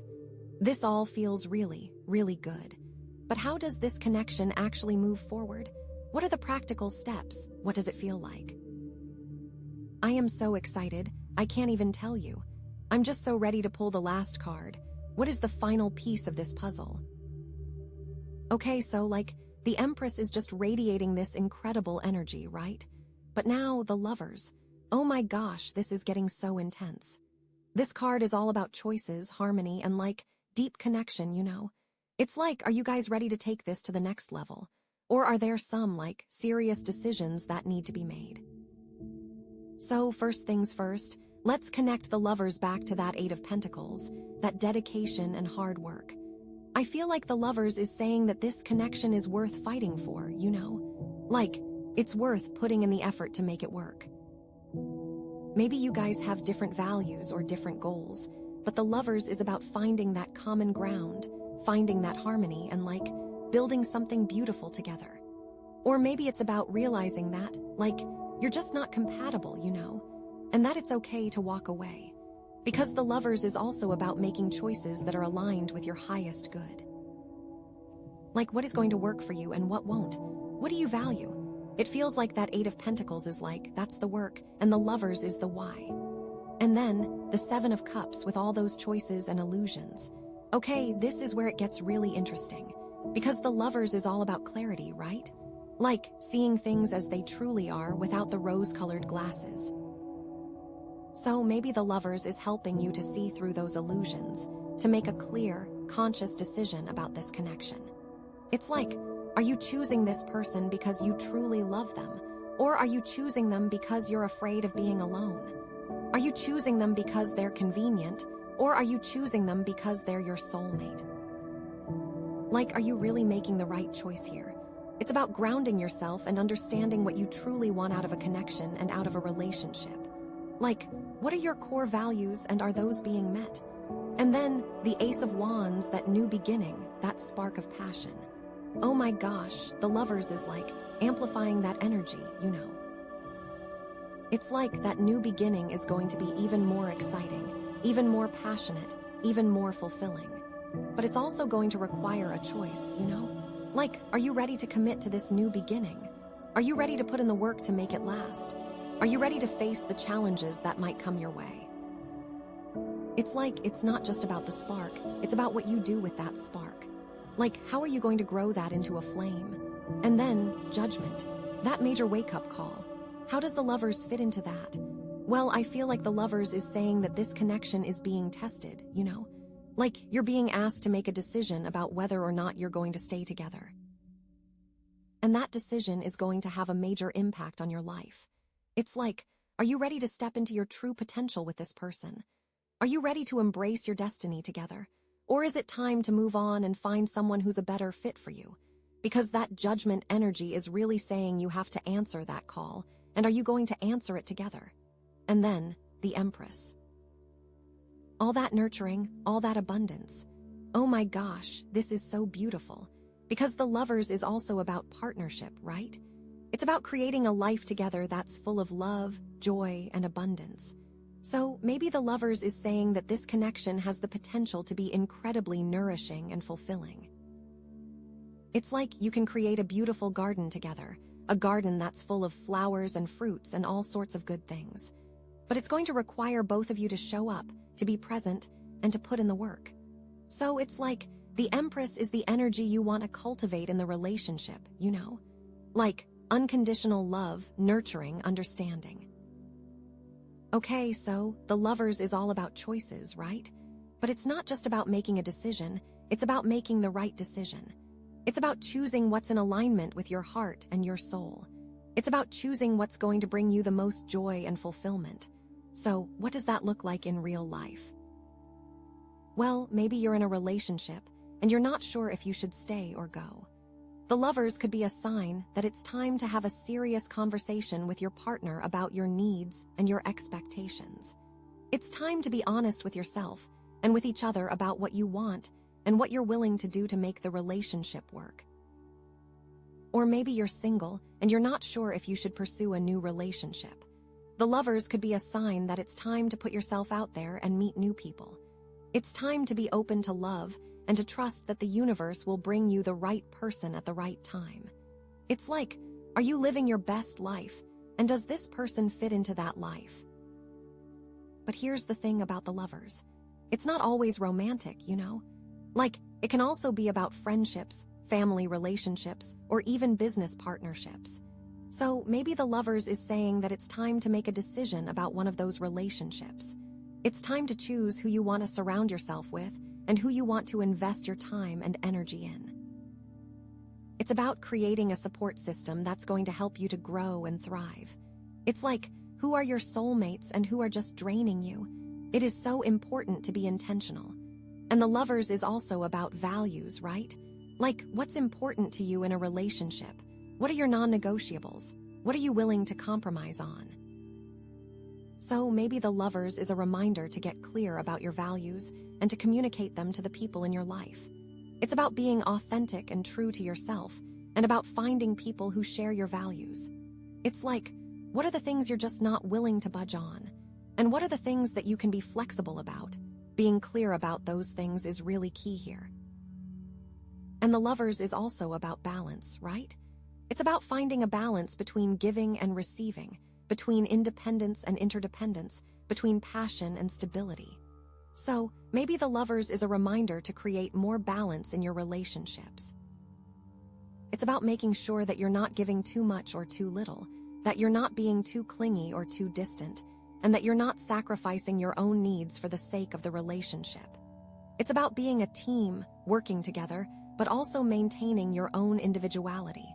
Like, how can you be a unit but also be two separate people? That's the real question. Okay, but here's the thing about the Lovers. It's not always easy, right? Because making choices can be hard. And sometimes, the right choice is also the hardest choice. So maybe the Lovers is a warning that you're going to have to make a difficult decision. And that decision is going to require you to be brave, to be honest, and to trust your intuition. But the thing is, it's also incredibly rewarding. Because once you make the right choice, you're going to feel so much more aligned, so much more at peace, and so much more fulfilled. It's like you're finally on the right path and everything's going to fall into place. It is so powerful to be brave. So with the clear quartz tree and its harmonizing energy, it feels like the Lovers is inviting you to find harmony within yourself and within your relationships. It's about making choices that are aligned with your soul, that bring you peace, and that create balance in your life. It's about embracing your truth, honoring your values, and creating a life that's full of love and joy. This is so exciting. But like, what choice are you going to make? What's the final outcome? Oh my gosh, I am so ready to pull the last card. This is going to be so good. Like, what's the final piece of this puzzle? I am so excited. I feel like this is the culmination of everything. Let's do it. Okay, so the Lovers is putting all this pressure on you, like, are you making the right choice? But now, the star. Oh, thank goodness, this is like a balm to the soul, right? Like, after all that intensity, the star is just saying, relax, have faith, everything is unfolding as it should. It is, like, so relieving. So let's think about this, the star and how it connects back to the Eight of Pentacles. All that dedication, all that hard work. I feel like the star is saying that all that effort you've been putting in is finally leading you to a place of peace and hope. Like, you've been working so hard on yourself, on your skills, on your career and stuff, and now you're starting to see the light at the end of the tunnel. It's like all that dedication is paying off in a way that's bringing you a deep sense of inner peace. Maybe you're not seeing the results outwardly yet, but there is progress. But also, maybe that Eight of Pentacles energy was a little too focused, you know? Maybe you were so caught up in the details that you forgot to look up at the stars and dream a little. So, the star is reminding you to reconnect with your hopes and dreams, to remember what you're working towards, and to have faith that you'll get there. It's like, don't lose sight of the big picture, you know. You're building something amazing, So don't forget to enjoy the process and to believe in yourself. And then we have the Seven of Cups, all those choices, all those illusions. Ooh, this is where it gets really interesting. Because the Star is all about clarity, right? It's like a beacon in the darkness, guiding you towards the truth. So maybe the Star is helping you to see through those illusions, to make a clear, conscious decision about which path to take. It's like all those choices in the Seven of Cups, they're not as overwhelming as they seem. The Star is showing you that there is a right path for you, and if you trust your intuition, you'll find it. Or maybe the Star is just saying that it's okay to not have all the answers right now. Maybe it's okay to just wait and see what unfolds, to trust that the universe will guide you towards the best possible outcome. But with the Judgment card saying to choose, it is also saying you have the vision to make the right choice. And then, the Ace of Wands, that new beginning, that spark of passion. Oh my gosh, the Star is nurturing that spark, you know? It's like that new beginning is going to be even more beautiful, even more inspiring, even more filled with hope. But it's also going to require patience, you know? The Star isn't about instant gratification. It's about trusting the process, about allowing things to unfold in their own time, and about having faith that everything is happening for a reason. And then, Judgment, that major wake-up call. How does the Star fit into that? Well, I feel like the Star is saying that this transformation, this rebirth, is going to be a healing one, you know. It's not going to be all dramatic and intense. It's going to be gentle and restorative. It's like you're shedding your old skin, but you're doing it in a way that's kind and compassionate to yourself. You're learning from your past mistakes, but you're not dwelling on them. You're moving forward with hope and optimism, knowing that you're creating a better future for yourself. The healing will be gentle, it will be soft and beautiful. It will allow you to forgive yourself and move forward. And then, the Empress. All that nurturing, all that abundance. Oh my gosh, this is so beautiful. Because the Star is also about self-love, right? It's about recognizing your own worth, about appreciating your own beauty, and about nurturing your own soul. The Star is also about hope, about believing in a brighter future. So maybe the Star is saying that you deserve all the good things that are coming your way, that you're worthy of love, happiness, and abundance. It's like you're planting seeds of hope, and they're going to blossom into something amazing. It is about recognizing your worth and the beauty of your soul. And then the Lovers, all those choices. I am getting that the Star is showing you the hope and the light in your connection to the person. It's showing you that the connection is worth fighting for. It is showing you that what you have is special. It also showing you that you should give your person the chance to shine and be their best self. All that work you need to trust. It feels like you have done the work, and the other person is going to meet you there. The new beginning the Ace of Wands speaks of is also speaking of new hope that will allow for love and passion to bloom. That things are moving forward in the right direction with this person. It allows a sense of calm and relief to flood you because you have been working so hard. Okay, but let's dig a little deeper into the meaning of the Star, okay? Because this card is so much more than just hope and inspiration. The Star is also about healing, right? It's about finding peace after a period of turmoil, about restoring your faith after a period of doubt, and about reconnecting with your inner light after a period of darkness. So maybe the Star is saying that you've been through a lot lately, that you've faced some challenges, and that you've come out stronger on the other side. It's like you've weathered the storm and now you're basking in the sunlight. But the storm is over and now the sun is shining on you. And the Star is also about guidance, right? It's about trusting your intuition, about listening to your inner voice, and about following your own path.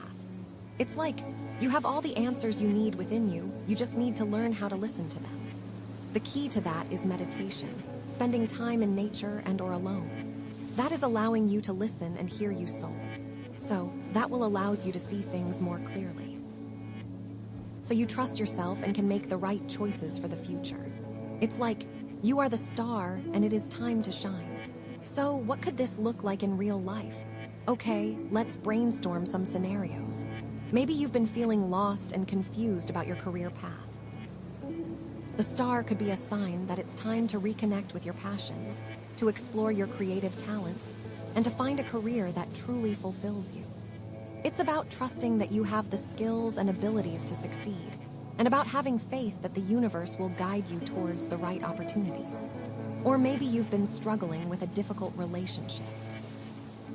The star could be a sign that it's time to forgive yourself and your partner, to release any resentment or anger, and to create a more loving and compassionate connection.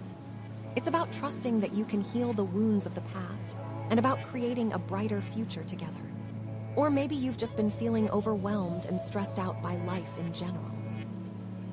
The star could be a sign that it's time to slow down, to take a break, and to reconnect with your inner peace. It's about finding time for self-care, about practicing mindfulness, and about appreciating the simple things in life. Maybe you could go on a solo trip or a spa day, or just read a book in bed, really whatever makes you happy. Overall, the star is all about hope, healing, and inspiration. It's about trusting in the universe, about believing in yourself, and about creating a brighter future.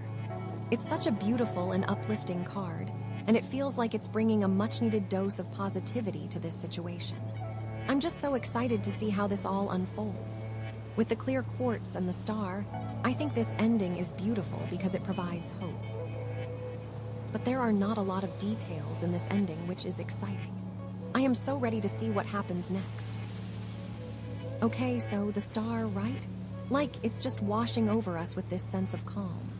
After all that intensity with the lovers and all those decisions with judgment, the star is just saying, "It's okay, breathe. Everything is going to be all right." So let's start at the beginning with that Eight of Pentacles, that hard work and dedication. The star is like whispering that all that effort you've been putting in, it's not for nothing, you know. It's leading you to a place of peace, a place of hope, a place where you can finally see the fruits of your labor. Like you've been climbing this mountain, and now you're finally reaching the summit, and you can see the stars shining down on you. But it is also key to remember that you don't need to grind. That is, you don't need to put in a ton of effort every single day. You don't need to work yourself to death, right? It is also allowing yourself to rest and to know that you are worthy. And then, that Seven of Cups, all those choices, all that confusion. The star is like shining a light on the path, helping you to see through the illusions, to make the right decisions, and to trust your intuition. It's like all those options aren't so overwhelming anymore. You're starting to see clearly which path is meant for you, and you're feeling more confident in your ability to choose wisely.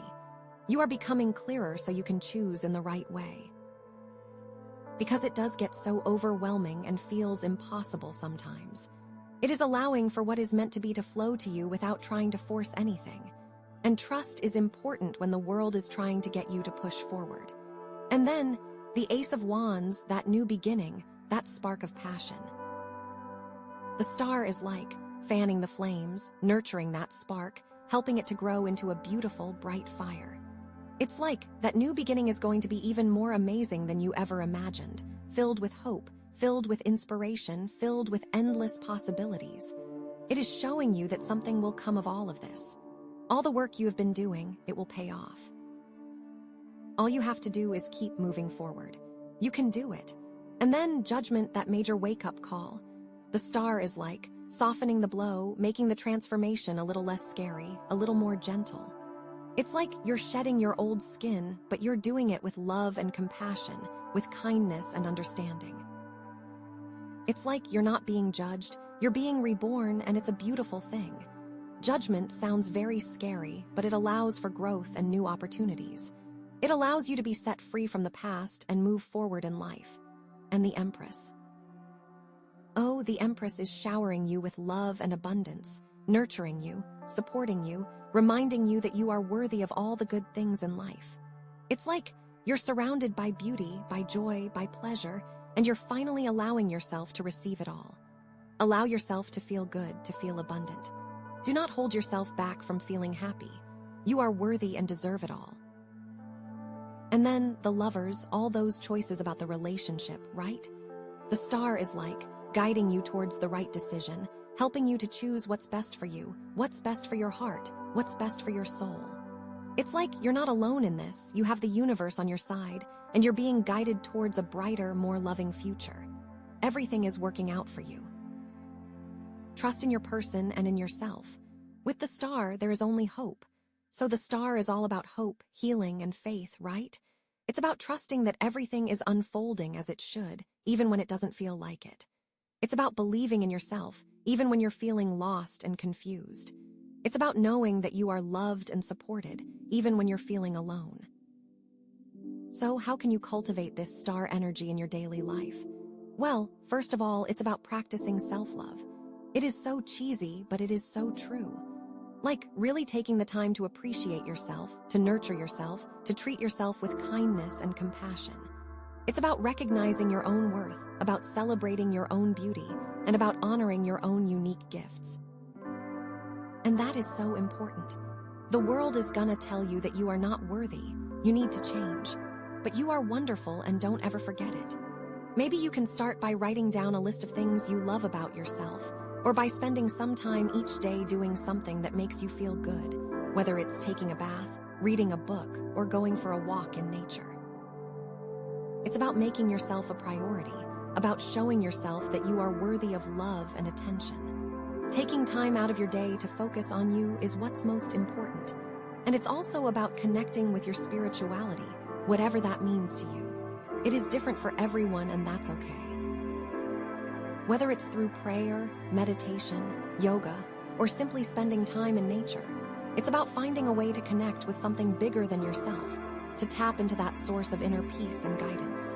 So, maybe you can start by setting aside a few minutes each day to meditate, to listen to some calming music, or to simply breathe deeply and connect with your inner self. That is so freeing and will do so much for your peace of mind and your energy. And it's about practicing gratitude, about focusing on all the good things in your life, even when things are tough. It's about appreciating the simple things, like a warm cup of coffee, a beautiful sunset, or a loving hug from a friend. So maybe you can start by keeping a gratitude journal, or by simply taking a few moments each day to think about all the things you're grateful for. Gratitude allows you to see the beauty in the world, even if it is dark. And it's about surrounding yourself with positive people, people who lift you up, who inspire you, and who believe in you. It's about letting go of the toxic relationships, the ones that drain your energy, the ones that make you feel bad about yourself. Your circle needs to be positive so you can keep moving forward. And it is okay to cut people out of your life. You need to put yourself and your needs first. You are not selfish for doing this. You are worthy and you are protecting you.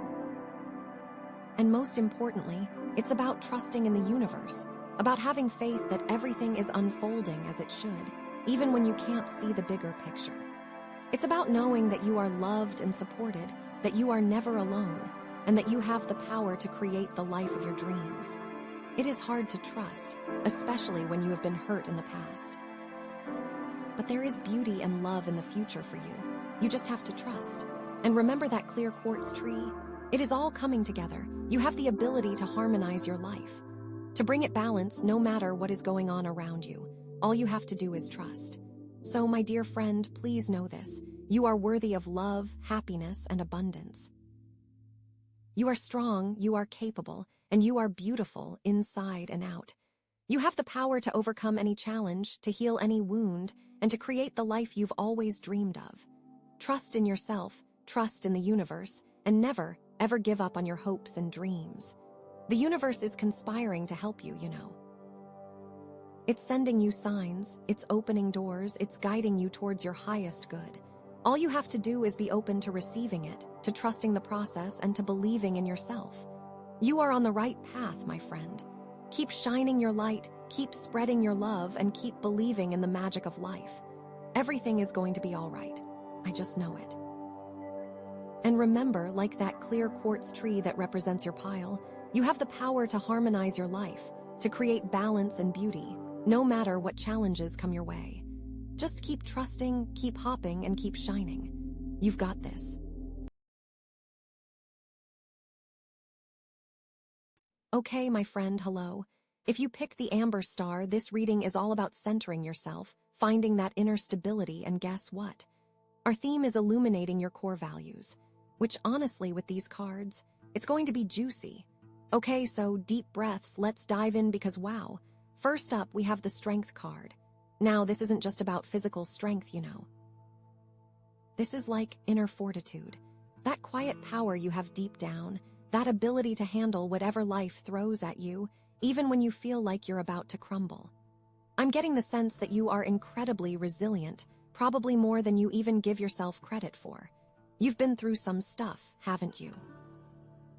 And you've come out on the other side, maybe a little bruised, but definitely not broken. But here's the thing, sometimes even the strongest people doubt themselves, right? This Strength card, it's like a reminder that you have what it takes. You've already proven it, but maybe lately you've been questioning that. Maybe you've been feeling insecure, or like you're not good enough, or that you can't handle the challenges that are in front of you. It's so easy to fall into that trap, isn't it? Especially when you're dealing with something really tough. This could be in any area of your life, honestly. Work, relationships, even just your own personal journey. But the core message here is, remember your inner strength. Remember all the times you've overcome obstacles in the past. You have that same power within you now. I'm also feeling like there might be a situation where you need to be compassionate, not just to others, but also to yourself. Strength isn't always about pushing through, you know. Sometimes it's about being gentle, about allowing yourself to rest and heal. It's about recognizing your own limits and honoring them. So ask yourself, where in your life are you being too hard on yourself? Where are you demanding too much? Where do you need to show yourself some kindness and understanding? Because that's true strength too, you know.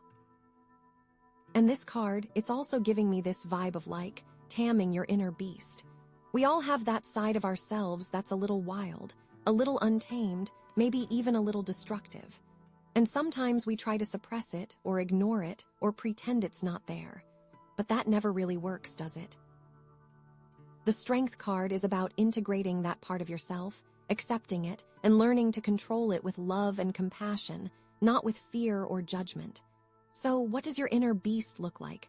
What are its triggers? And how can you learn to work with it instead of against it? This is such a powerful card, honestly. It's all about owning your power, but doing it in a way that's balanced and compassionate. And it ties in so well with the centering energy of the Amber Star, doesn't it? It's like finding your center by acknowledging and integrating all parts of yourself, even the ones you're not so proud of. So that's the foundation. But here's where it gets interesting. Because building on that strength energy, we have the Two of Swords. Oh honey, this card is all about being stuck. Like completely paralyzed by indecision. You're at a crossroads and you just can't seem to choose a path. You're blindfolded, right? So you can't see the options clearly, and you're holding these two swords, which represent your thoughts and your intellect, but they're crossed, so they're blocking you. I'm getting this strong sense that you're overthinking something. Like, you're analyzing every single angle, weighing every single pro and con, and it's just leading you in circles. You're so caught up in your head that you can't connect with your intuition, with your gut feeling. And that's why you're stuck. This could be a decision about anything, honestly. A relationship, a job, a move, anything where you feel like you have to choose between two equally appealing or equally unappealing options. But the problem isn't the options themselves, it's your inability to see them clearly. The blindfold is key here. What are you refusing to see? What truths are you avoiding?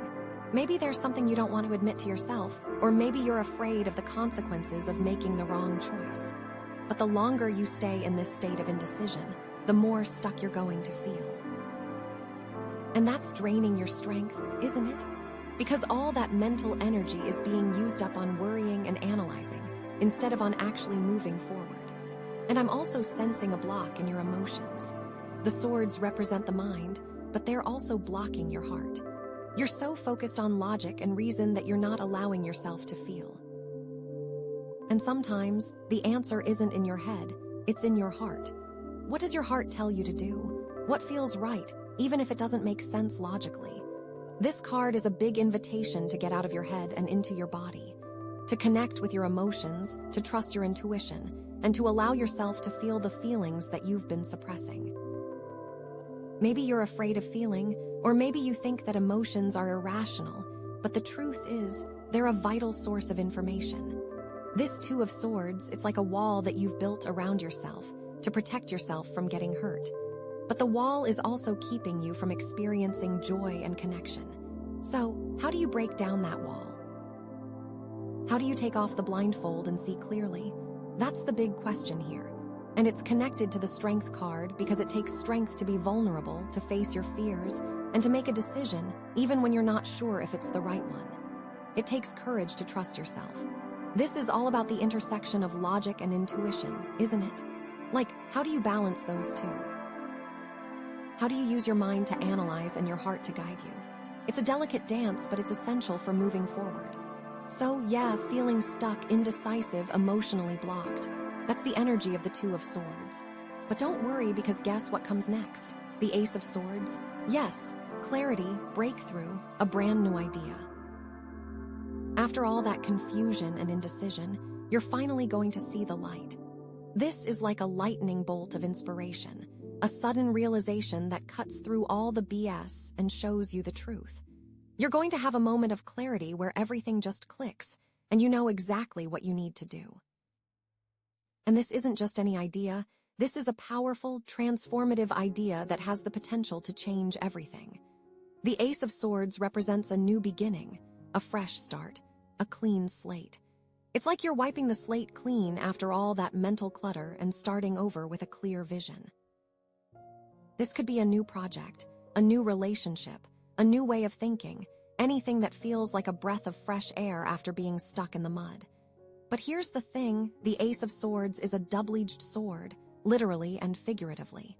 It can cut through illusions and reveal the truth, but it can also be sharp and painful. This new clarity might not be what you expected. It might challenge your beliefs or force you to confront uncomfortable truths. But that's okay, because it's ultimately going to lead you to a better place. This is like the universe giving you a swift kick in the butt, you know? Like, okay, you've been stuck for too long, it's time to wake up and move forward. And this card, it's all about intellectual honesty. Being willing to see the truth, even when it's hard. Being willing to challenge your own assumptions and biases. Being willing to admit when you're wrong. This takes a lot of courage, honestly. It's so much easier to just stick with what you know, even if it's not serving you. But the Ace of Swords is calling you to a higher standard. To be honest with yourself and with others, even when it's uncomfortable. I'm also getting a sense of cutting away what no longer serves you. This could be relationships, habits, beliefs, anything that's holding you back from your full potential. It's time to be ruthless, to let go of what's weighing you down, and to make space for something new. This is like Marie Kondoing your life, but on a deeper level. It's about decluttering your mind and your spirit, not just your closet. And this ties back to the Strength card, doesn't it? Because it takes strength to cut away what's familiar, to step into the unknown, and to embrace change. And it also connects to the Two of Swords, because the Ace of Swords is the solution to that indecision. It's the clarity you need to make a decision and move forward. The Ace of Swords is that moment of aha. Right. And it's linked to your core values because now you can act on those values. Okay, so after all that inner struggle, after all that confusion and indecision, you're going to have a moment of clarity that transforms everything. It might be a little scary, but it's ultimately going to lead you to a more authentic and fulfilling life. This Ace of Swords, it's what you've been waiting for, trust me. So, friend, to recap, the reading paints a picture of inner strength being tested by indecision, ultimately leading to a powerful breakthrough and clarity.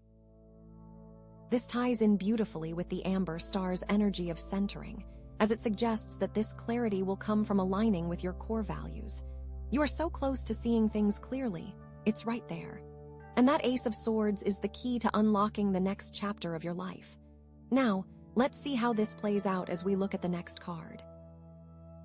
Okay, deep breaths, because wow, that Ten of Swords, right? It's intense. I'm not gonna lie, it can look scary. Like the imagery is pretty dramatic, right? Swords in the back, lying face down, it feels like total defeat. But with tarot, it's never just what it seems. Remember that Amber Star. Remember, we're illuminating your core values.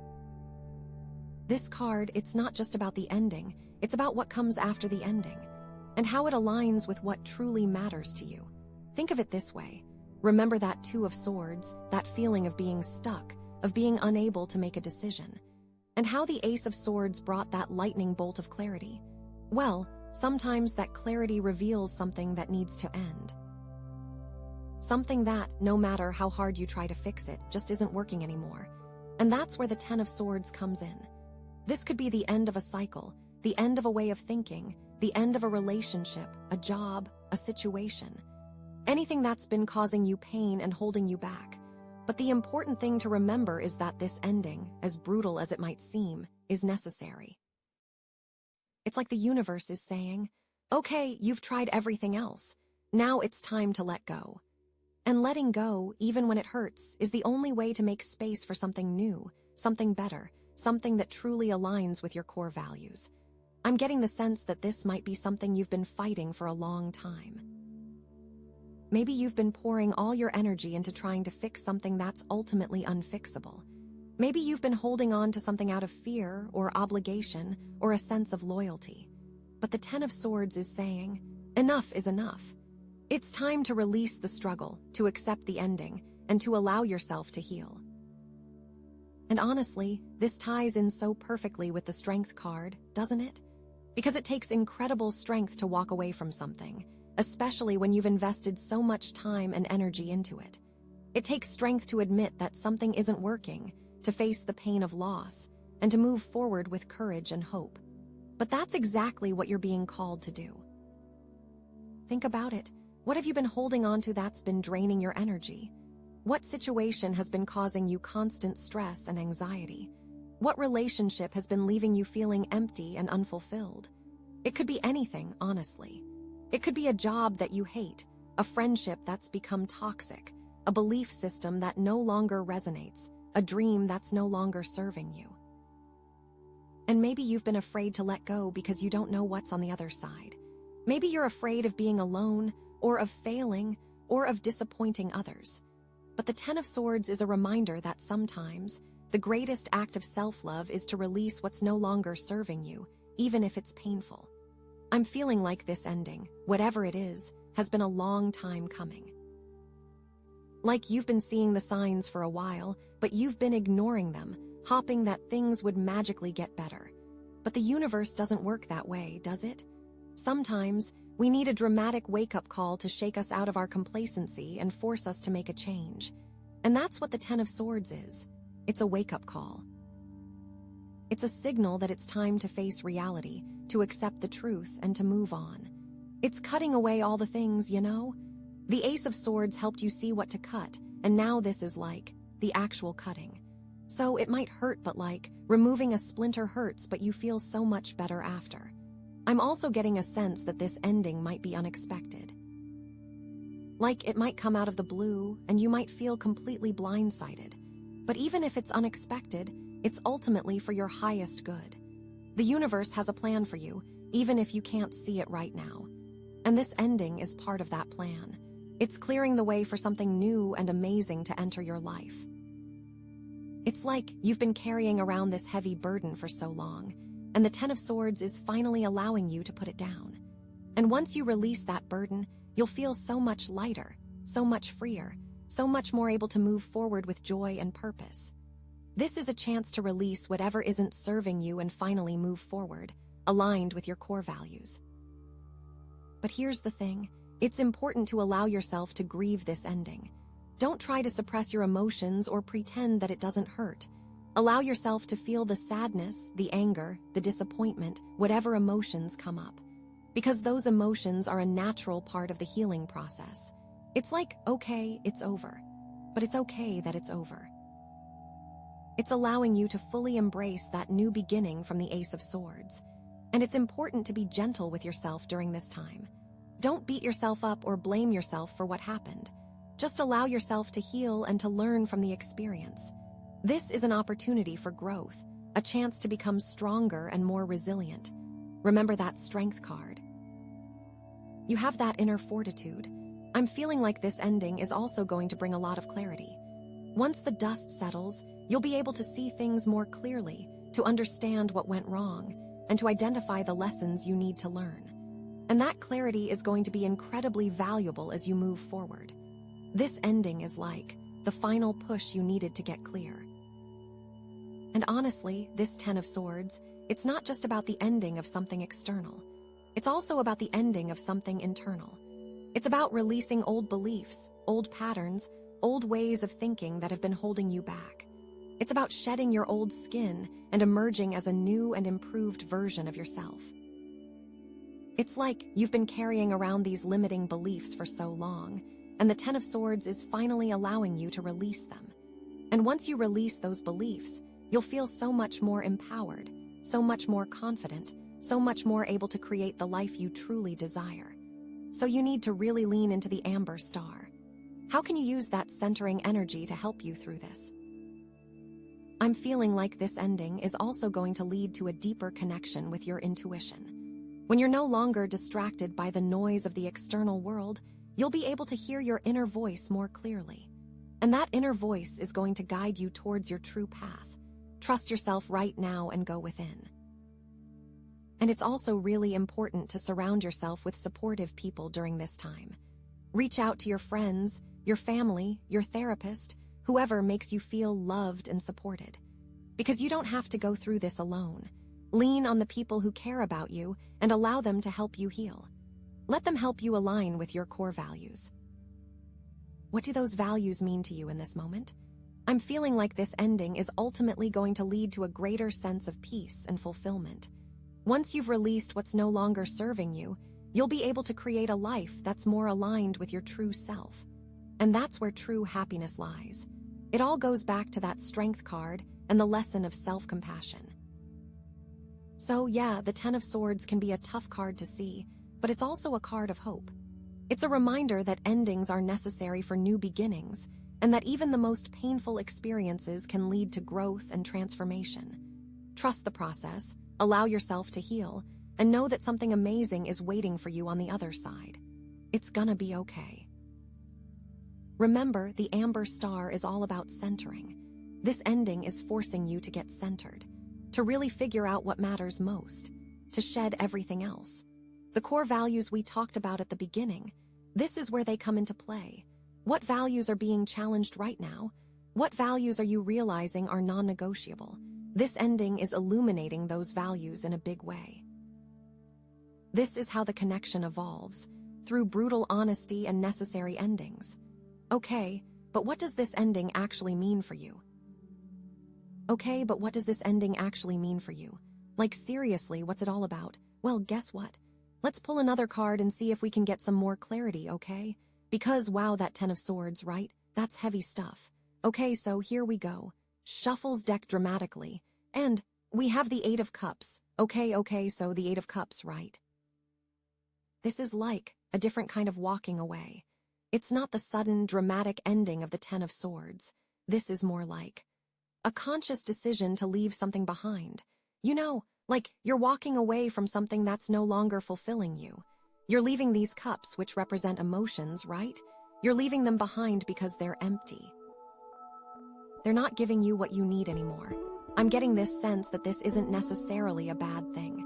Like, it's not as negative as the Ten of Swords. This is more about seeking something more, searching for something that truly resonates with you, something that fills you up, you know. Where the Ten of Swords felt forced, this feels intentional. This could be about you walking away from the connection, or maybe it's about the other person walking away. Or, and here's a thought, maybe it's about both of you walking away from something together. Like an old pattern, an old way of relating to each other, something that's just not working anymore. Think about it, okay? What are you searching for in this connection? What are you not getting? What are they searching for? What are they not getting? Because this Eight of Cups energy, it's all about emotional fulfillment. It's about finding something that truly nourishes your soul. And remember that Amber Star, right? That's all about centering yourself, about aligning with your core values. So this Eight of Cups, it's like you're being called to walk away from anything that's not in alignment with those values. Anything that's not serving your highest good. It makes you wonder what you truly want to be doing and feeling. I'm feeling like there's a strong sense of dissatisfaction here. Like, you're just not happy with the way things are. You're yearning for something more, something deeper. And this isn't necessarily about the other person, okay? This could be about your own internal journey, your own need for growth and change. Maybe you've been settling for less than you deserve. Maybe you've been putting up with things that are making you unhappy.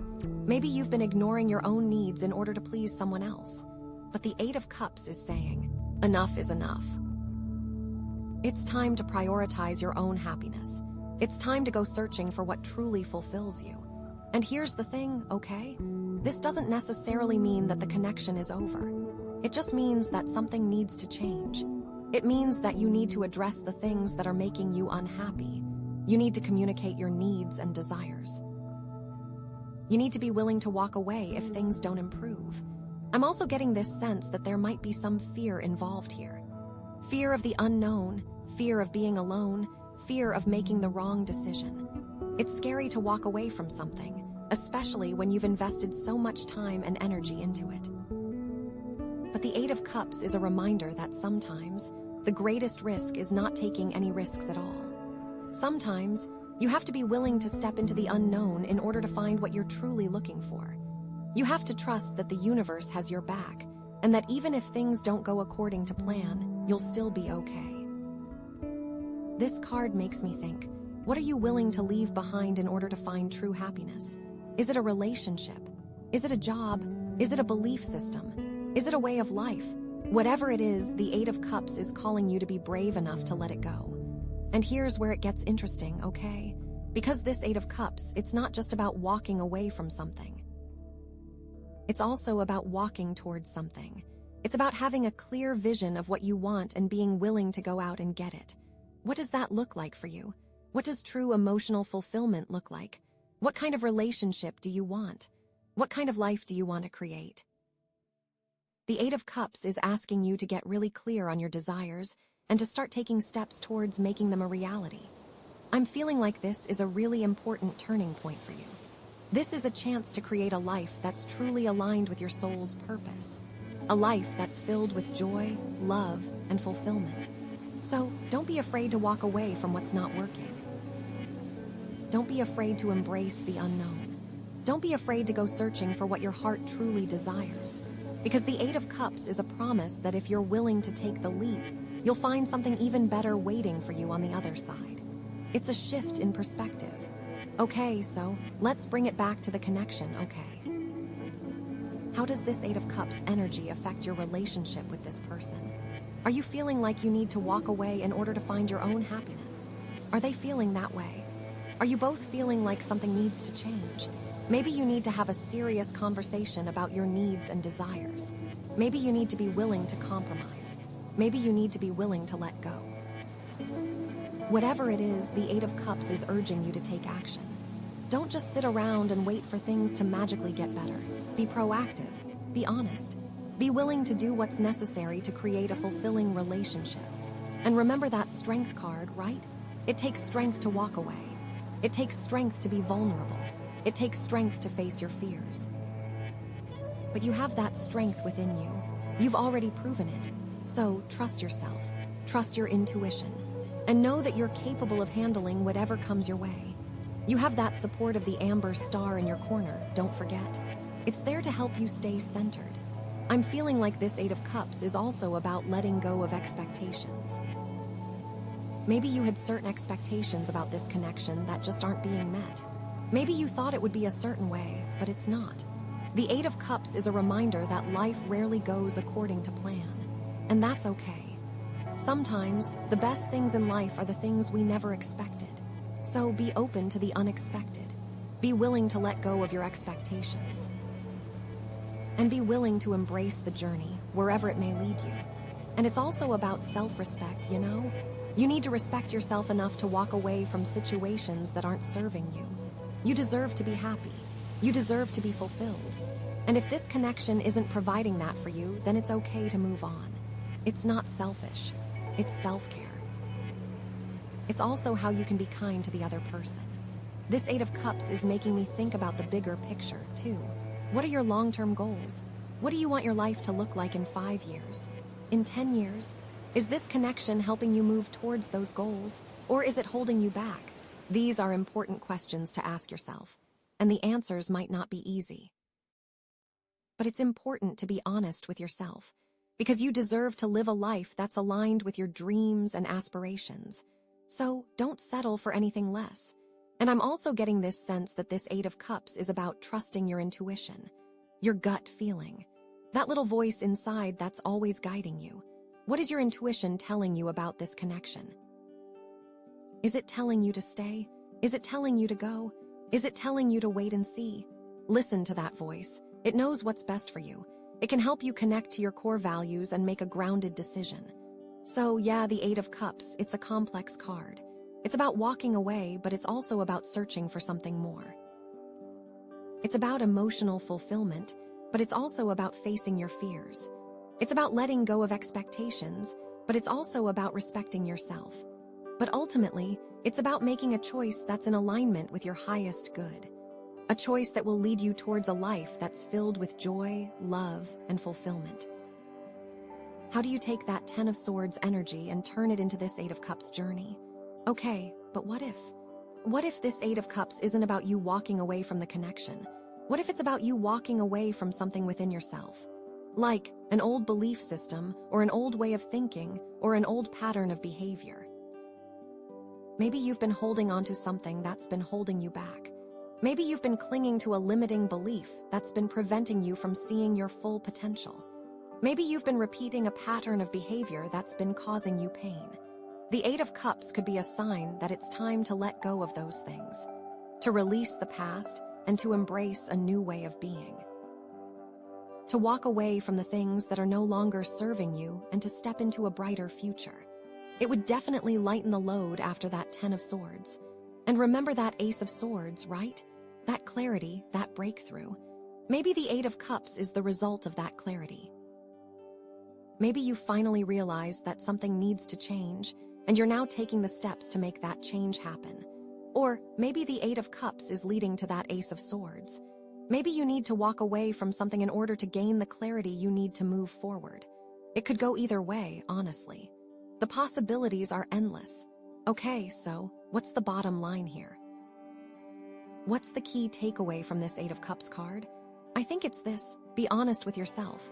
Be willing to walk away from anything that's not serving you. Trust your intuition, and know that you deserve to be happy.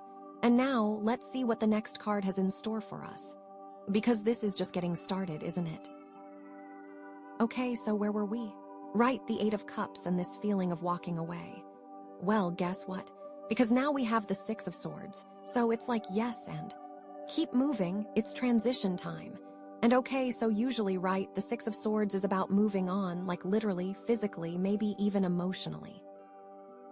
Like you're leaving something behind and heading towards something new, usually something better. But the thing is, it's not always easy, is it? Like, even if you know you're doing the right thing, there can still be a sense of sadness, a sense of loss. Like, you're leaving behind what's familiar, even if it wasn't perfect. And it feels a little daunting, doesn't it? I'm definitely feeling like with all these cards, there is like a very strong push to change, to evolve. And with that amber star there for centering, this journey, this moving from troubled waters to calmer ones, this transition is really calling for you to center yourself and come back to your core values. I feel like there's probably been a lot of stuff going on in your life, maybe even specifically within this connection, that may have had you feeling ungrounded, maybe even lost a little bit, and like the universe is like, nope. Center yourself, ground yourself, and remember what's important to you as you navigate these waters. So like, how does this connect to the other cards we've already pulled? Well, remember the Ten of Swords? That was like a really dramatic ending, right? And the Eight of Cups was about walking away from something that's no longer fulfilling you. The Six of Swords is almost like the next step, you know? It's like, okay, the ending has happened, you've made the decision to leave, and now it's time to actually move forward. And the journey isn't necessarily like easy peasy lemon squeezy. It's more like you are in a boat, literally and figuratively, going from the choppy water to the calm water. And that takes time, and it can still be rocky, but it's like you are on your way.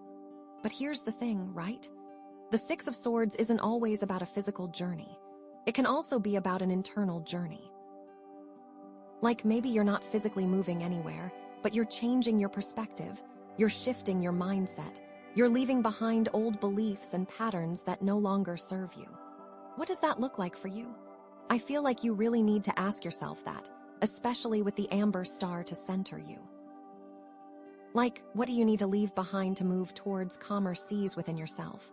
What beliefs are you ready to let go of? And this could totally be connected to that Two of Swords, right? That feeling of being stuck, of being unable to make a decision. Maybe the Six of Swords is saying that the way to get unstuck is to simply move forward, even if you don't know exactly where you're going. Like sometimes you just have to take that leap of faith and trust that things will work out, even if it's scary. I feel like maybe you already know that you need to be doing something different, you just are a little nervous about it. So like, in terms of this connection, right? This card could mean a few different things. Maybe it means that you and this person are literally moving to a new location together. Like, maybe you're starting a new chapter in your relationship in a new place. How exciting. Or maybe it means that one of you is moving away from the other. Which, okay, that's not as exciting. But it could still be a positive thing if it means that you're both moving towards something better for yourselves individually. Like, maybe you need some space to grow and evolve, and a little distance could actually be really helpful. Or again, maybe it is that, again, you need to make changes to your belief system, to the way that you approach relationships in general. Or, and here's another possibility, maybe it means that you're both moving away from old patterns and behaviors within the relationship. Like, maybe you've been stuck in a cycle of arguing or misunderstanding, and you're finally ready to break free from that and create a healthier dynamic. What does that look like for you? I feel like you need to ask yourself that. Because this card, it's all about progress. It's about moving forward, even when it's difficult. I'm also feeling like this card is about letting go of control. Like, sometimes we try to control everything, right? We want to know exactly what's going to happen, and we get anxious when things don't go according to plan. But the Six of Swords is saying that sometimes you just have to surrender to the flow of life and trust that you'll end up where you're supposed to be. And remember that Ace of Swords, that moment of clarity. I feel like that clarity is really important here. Like, maybe you had a moment of realization about this connection, and that's what's prompting you to move forward. Maybe you realized that things can't stay the way they are, and you need to make a change. Or maybe you realized that this connection is actually really good for you, and you're ready to invest in it and take it to the next level. Whatever it is, that clarity is guiding you. I'm getting the sense that there might be some resistance to this change. Like, maybe you're comfortable with the way things are, even if they're not perfect. Or maybe you're afraid of the unknown, of what might happen if you step outside of your comfort zone. But the Six of Swords is urging you to push through that resistance and embrace the opportunity for growth. It feels like this connection might involve some travel or distance. Because it's such a literal card, I keep feeling that physical movement is important. So like, maybe it's a long-distance relationship, or maybe you're planning a trip together. Or maybe one of you is considering moving to be closer to the other. If this isn't a romantic connection, maybe one of you has changed jobs or is working on a project that requires you to move away from the other. But here's what's super important. This journey isn't just about escaping the bad stuff. It's about moving towards something better. So, what are you hoping to find on the other side of this transition? What are you hoping to create in your life? The Six of Swords is asking you to be intentional about your journey and to focus on what you want to manifest. And because this reading is all about illuminating your core values, this transition needs to be aligned with what truly matters to you. So, what are your core values when it comes to relationships? What are you looking for in a partner? What are you unwilling to compromise on? Make sure that you're honoring those values as you navigate this journey. I'm also getting a sense that communication is going to be really important during this time. Like, you need to be open and honest with this person about your feelings and your needs. And you need to be willing to listen to their perspective as well. Because communication is key to navigating any transition, especially in a relationship. How good are the communication habits between you two? I'm feeling like this card is also about patience. Like change doesn't happen overnight, right? It takes time to adjust to new circumstances and to create new patterns. So be patient with yourself and with this person. And trust that things will eventually work out, even if it doesn't feel like it right now. Also, remember that centering energy of the amber star as you are practicing being patient. It's possible that this journey is going to involve some sacrifice. Like, maybe you have to give up something in order to move forward. Maybe you have to let go of a dream or a goal. But the Six of Swords is saying that it's worth it. That the rewards on the other side of this transition will be greater than the sacrifices you have to make. What would you be willing to give up for this connection? I also feel that this Six of Swords energy is like teaching you something about yourself. Like, maybe you're learning how resilient you are, how adaptable you are, how capable you are of handling change. Or maybe you're learning about your own needs and desires, what's truly important to you in a relationship. And honestly, I feel like this card is a reminder that you're not alone. Like, even if you feel like you're navigating this journey by yourself, there are people who care about you and who are supporting you. So reach out to your friends and family, your therapist, whoever makes you feel loved and supported. And remember that you have the strength within you to get through anything, especially with the amber star reminding you to stay centered on your core values. Okay, so let's bring it back to the connection, right? How is this connection going to evolve soon? With this Six of Swords, I think it's going to evolve by moving forward, by transitioning into a new phase. It might be a little rocky at times, but it's ultimately going to lead you to a better place. Whether that's together or apart, I'm not sure yet. But I do know that it's going to be a journey of growth, of learning, and of transformation. And the ending, the Ten of Swords, cleared the way for this journey. But here's the big question. What are you leaving behind? What are you moving towards? And how can you make sure that this transition is aligned with your core values? What is no longer serving you in this connection? What can you leave behind so you can take the next step? Like I said, it doesn't have to be a physical thing. This could be a thought process, a belief. Because honestly, this Six of Swords, it's not just about the destination, it's about the journey itself. It's about learning to trust the process, to embrace the unknown, and to find the beauty in the midst of change. The connection will evolve through this journey, but into what? Only time will tell. But I do think it involves some water, maybe some tears. I think it is important to really take the time to consider this and find the answers to the above questions, and to be really centered about it. Because this is only part of the story, right? So what is that next part? What could be clarified? What's coming? Okay, so you're on this journey, right? You're moving from troubled waters to calmer ones with the Six of Swords. You've had that dramatic ending with the Ten of Swords. You may be walking away from something with the Eight of Cups. And guess what? Now we have justice. So the universe is like, hold up, not so fast. Because justice is all about balance, right? It's about fairness, accountability, and cosmic order. With that amber star, it is about centering on your core values. What is fair to you? What is important to you? It's like, okay, you've had this ending, you might be walking away, you're trying to move on. But is everything truly in alignment? Is there something that needs to be addressed before you can fully move forward? This is so important. Justice is like a cosmic check-in. It's the universe asking, are you sure you've learned the lessons? Are you sure you're acting in integrity? Are you sure you're being fair to yourself and to others? Because if you're not, honey, justice is gonna come knocking. Like it might not be immediate, but eventually things will even out.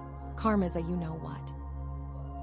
And remember that Ten of Swords, that dramatic ending. Justice is saying that there are consequences for our actions, right? What role did you play in that ending? What role did the other person play? Did everyone act with integrity? If not, justice is going to ensure that things are balanced out. Like if someone was being dishonest or unfair, they're going to have to face the consequences of their actions. And if you were being dishonest or unfair, well, you might have to face some consequences too.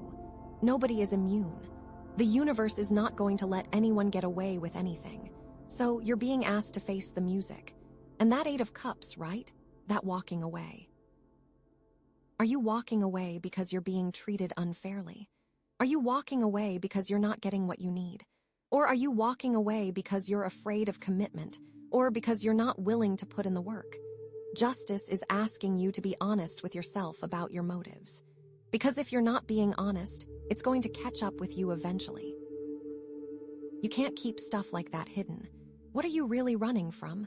I'm also getting a sense that this could involve legal matters. Like, maybe there's a contract that needs to be reviewed, or a legal agreement that needs to be finalized. Or maybe there's a dispute that needs to be resolved in court. Justice is saying that it's important to act with integrity and to follow the law. Don't try to cut corners or cheat the system, because it's not going to end well for you. Play by the rules, even if you do not want to. But it's not all doom and gloom, okay? Justice isn't just about punishment and consequences. It's also about finding balance and harmony. It's about creating a situation where everyone is treated fairly and with respect. So, how can you bring more balance into this connection? How can you ensure that everyone's needs are being met? How can you create a situation where everyone feels valued and appreciated? If you're not doing so now, it is the time. This is the theme. It's a core value. The Amber Star reinforces that need to find what's fair and balanced. I'm feeling like there's a need for clarity in this situation. Like, maybe there's been some confusion or miscommunication, and it's time to clear the air. Justice is saying that it's important to be honest and transparent with each other. Don't try to hide anything or sugarcoat the truth, because honesty is the foundation of any healthy relationship. And remember that Ace of Swords, right? That moment of clarity. Justice is saying that it's time to use that clarity to make some important decisions. What do you need to do to bring more balance into this connection? What do you need to do to ensure that everyone is being treated fairly? You've had some of the clarity, but not the knowledge of what to do with it. That is what justice is offering. This card could also be about taking responsibility for your actions. Have you made mistakes in this connection? Have you hurt the other person? Have you been selfish or inconsiderate? Justice is saying that it's time to own up to your mistakes and to apologize for any harm you've caused. And it's also about forgiving the other person for their mistakes. Holding on to resentment and bitterness is only going to hurt you in the long run. Forgive them, but do not forget. Learn from the mistakes. But what if justice relates to the other person in the connection? What if they're the ones who need to be held accountable? What if they're the ones who need to face the consequences of their actions? It's important to remember that you can't control other people's behavior. You can only control your own. So, focus on being the best version of yourself and on acting with integrity. And trust that the universe will take care of the rest. You can lead a horse to water, but you can't make it drink. Or, what if justice is about the relationship itself? What if the relationship needs to be balanced out? What if there's an imbalance of power or an imbalance of effort? Justice is saying that it's important to address these issues and to create a more equitable dynamic. How much does each person put into the relationship? Who benefits the most from this relationship? Is this a mutually beneficial relationship or not? And how does all of this connect with the Eight of Cups, that feeling of walking away? Are you walking away because you're being treated unfairly? Are you walking away because the relationship is unbalanced? Justice is saying that it's okay to walk away from a situation that's not serving you. You deserve to be treated with respect and fairness. You deserve to be in a relationship where your needs are being met. It is a core value, remember. This might be tough, but it is necessary. Maybe someone is taking advantage of you in this connection. Maybe someone isn't pulling their weight. Maybe someone is being dishonest or manipulative. Justice is saying that it's time to stand up for yourself and to demand fair treatment. Don't allow yourself to be taken advantage of. The walking away might be the best thing for you in the long run. Maybe you think it is a little unfair to the other person. Justice means it is the right path. Okay, so what are the practical implications of all of this? What actions can you take to bring more balance and fairness into this connection? Start by being honest with yourself and with the other person. Communicate your needs and desires, set boundaries, and be willing to walk away if your boundaries are being crossed. Do not be afraid. Do not back down. Also, consider seeking outside help. Maybe you need to talk to a therapist or a counselor. Maybe you need to seek legal advice. There's no shame in asking for help. Sometimes it takes an objective third party to see things clearly and to provide guidance. This is a connection. You need to protect yourself. And most importantly, remember to be kind to yourself. This is a difficult situation, and you're doing the best you can. Don't beat yourself up or blame yourself for what's happening. Just focus on acting with integrity and on making choices that are in alignment with your values. Trust in yourself. Find fairness and balance. Let's tie this back to the core values theme. How does justice illuminate your core values? What values are being challenged in this connection? What values are you realizing are non-negotiable? Are you honoring your core values? Justice is a mirror reflecting back to you what needs to be addressed. If something feels unfair, it probably is. This isn't necessarily a bad card. It is showing you the path. You needed that ending to be able to see this path. You needed to consider walking away to find that core value. You are on a journey to grow and learn. You've had a difficult time recently, but it will be okay. And justice is making sure it will be. The justice card is about getting real. What is not being said? What needs to be? Justice ensures you understand that, and it has brought you here. Okay, so the connection will evolve soon. But how? The justice card has highlighted the need for balance and accountability, but what does that actually look like in practice? Okay, my friend, so justice has spoken, right? And it's like, whoa, that's a lot. We've got the scales balancing, we're figuring out what's fair, what's not, what needs to be said, what needs to be done. But now we have the Five of Wands. And honestly, honey, this is where it gets really interesting, because the Five of Wands is like chaos, competition, conflict. It's like everyone's got their own agenda, their own opinion, and they're all clashing with each other. But here's the thing, right? It's not necessarily a bad thing. It's not like the Ten of Swords where everything's ending and it's all dramatic. The Five of Wands is more like a messy, energetic, creative process. Like everyone's trying to figure things out, and there's gonna be some bumps along the way. So it's like you have that strength, right?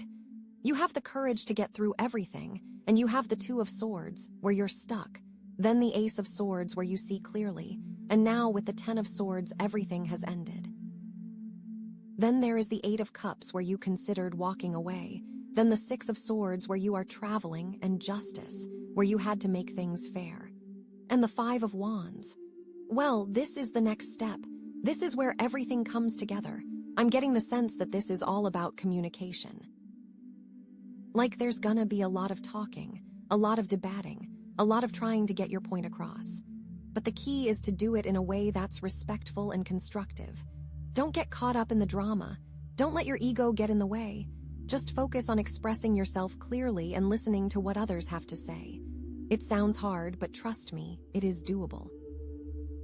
Remember, center on your core values, like the Amber Star is telling us. This could be about a disagreement with the other person in this connection, right? Maybe you have different ideas about what the relationship should look like. Maybe you have different expectations. Maybe you're just not seeing eye to eye on something important. But the Five of Wands is saying that it's okay to disagree.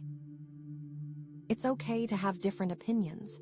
It's actually a good thing because it can lead to growth and understanding. But the key is to find a way to compromise, to find a way to work together, even when you don't agree on everything. I'm feeling like you need to find a middle ground, a compromise. What makes you feel happy, but also allows for the relationship to flourish?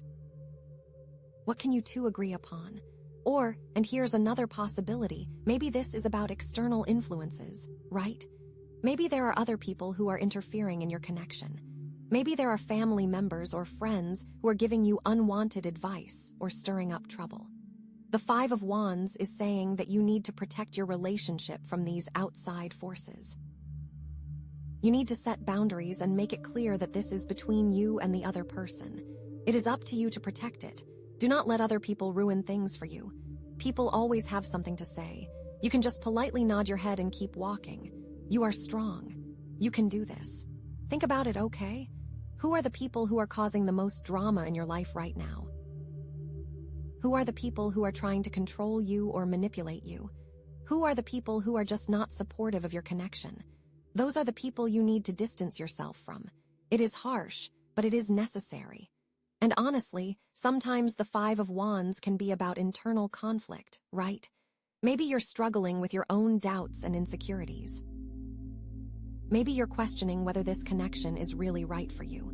The Five of Wands is saying that it's okay to have these doubts. It's okay to feel uncertain, but don't let those doubts paralyze you. Don't let them prevent you from moving forward. Instead, use them as an opportunity to explore your feelings and to get clear on what you really want. You have the strength to do this. You have the power to overcome any obstacle. You just need to believe in yourself. Remember that Ace of Swords, that moment of clarity? It's time to use that clarity to cut through the confusion and to get to the heart of the matter. What are your core values? What are your non-negotiables? What are you willing to compromise on? Get clear on those things, and you'll be able to navigate this chaos with confidence. It is a key point. Write it down. Also, this Five of Wands, it's giving me this vibe of needing to stand your ground, right? Like, maybe someone's trying to push you around or take advantage of you. Maybe someone's not respecting your boundaries. The Five of Wands is saying that it's time to assert yourself. It's time to speak up for what you believe in. Don't be afraid to ruffle some feathers. Don't be afraid to say no. You have the right to be treated with respect, and you deserve to have your needs met. Remember justice. You deserve balance and fairness. Do not accept anything less. But here's the thing, okay? It's important to do all of this with kindness and compassion. Don't get caught up in the drama. Don't let your ego get in the way. Just focus on expressing yourself clearly and standing up for what you believe in, but do it with love. You can be assertive without being aggressive. You can be firm without being mean. It's all about finding that balance. I'm feeling like this Five of Wands is also about needing to collaborate, right? Like maybe you can't do everything on your own. Maybe you need to enlist the help of others. Maybe you need to find people who share your vision and who are willing to work together towards a common goal. Collaboration is key. You do not have to do it alone. Think about it, okay? Who are the people in your life who are supportive and helpful? Who are the people who are good at problem solving? Who are the people who are willing to lend a hand? Reach out to those people and ask for their help. You'd be surprised at how much they can contribute. You are not an island. Reach out. The other thing that I am getting is, how can you use this Five of Wands energy to your advantage? How can you turn this chaos into something positive? How can you use this conflict to create something beautiful? I think it's all about embracing the challenge and seeing it as an opportunity for growth. It is an opportunity. Like, maybe this is a chance to learn new skills. Maybe this is a chance to develop your communication skills. Maybe this is a chance to become more resilient and adaptable. The Five of Wands is saying that you have the potential to emerge from this chaos stronger and more capable than ever before. What do you need to learn? What skills do you need to practice? What are your weaknesses? Now is the time to improve. Do you have trouble communicating? Start practicing now. Find a public speaking group. Ask a friend to help. Find a therapist to guide you. Find your strengths to overcome your weaknesses. This may sound weird, but it is time to embrace the chaos. Do not try to control everything, instead let it flow. It is all about surrendering to the process. You are going to surprise yourself with how much you can grow in this time. The journey is worth it. You can do it. Remember that amber star. Remember the core values you are aligning with. So let's bring it back to the connection, okay? How is this Five of Wands energy going to affect your relationship with this person? Is it going to lead to conflict and disagreement? Is it going to lead to collaboration and growth? Is it going to lead to a deeper understanding of each other? Maybe it's a combination of all of those things. Whatever it is, the Five of Wands is saying that it's going to be intense. You have been warned. But here's the thing, okay? Intensity isn't always a bad thing. Sometimes intensity can be a catalyst for change. Sometimes intensity can bring people closer together. Sometimes intensity can reveal hidden truths. So don't be afraid of the intensity, embrace it, and see where it takes you. Do not give up. I'm feeling like this is a time for honesty and vulnerability. Like you need to be willing to share your deepest fears and desires with this person. And you need to be willing to listen to their fears and desires as well. Because vulnerability is the key to intimacy. What do you need to share? What is too hard to talk about? It is time. Also, and I cannot stress this enough, you have to remember to be kind to yourself during this time. This is not going to be easy. There are going to be moments when you feel overwhelmed and discouraged. But don't give up on yourself. Don't beat yourself up. Just keep going, one step at a time. You are strong, you are worthy, and you are capable of achieving anything you set your mind to. This card is asking you to be kind to yourself. You are on a journey to become better. Do not hold yourself to an impossible standard. It is a good opportunity to bring more balance to the connection. This means to find things that you both agree on. The connection will not work if it is all give or all take. The journey you have been on has guided you here. Follow the path. Okay, so the connection will evolve soon. By navigating the chaos, the Five of Wands is saying that it's not going to be easy, but it's going to be worth it. You're going to learn a lot about yourself, about this person, and about what you really want in a relationship. You are almost there. Center on the Amber Star. Here's your homework. 1. Identify your core values and write them down. 2. Think about how those values are being challenged in this connection. 3. Brainstorm ways to bring more balance and fairness into the connection. 4.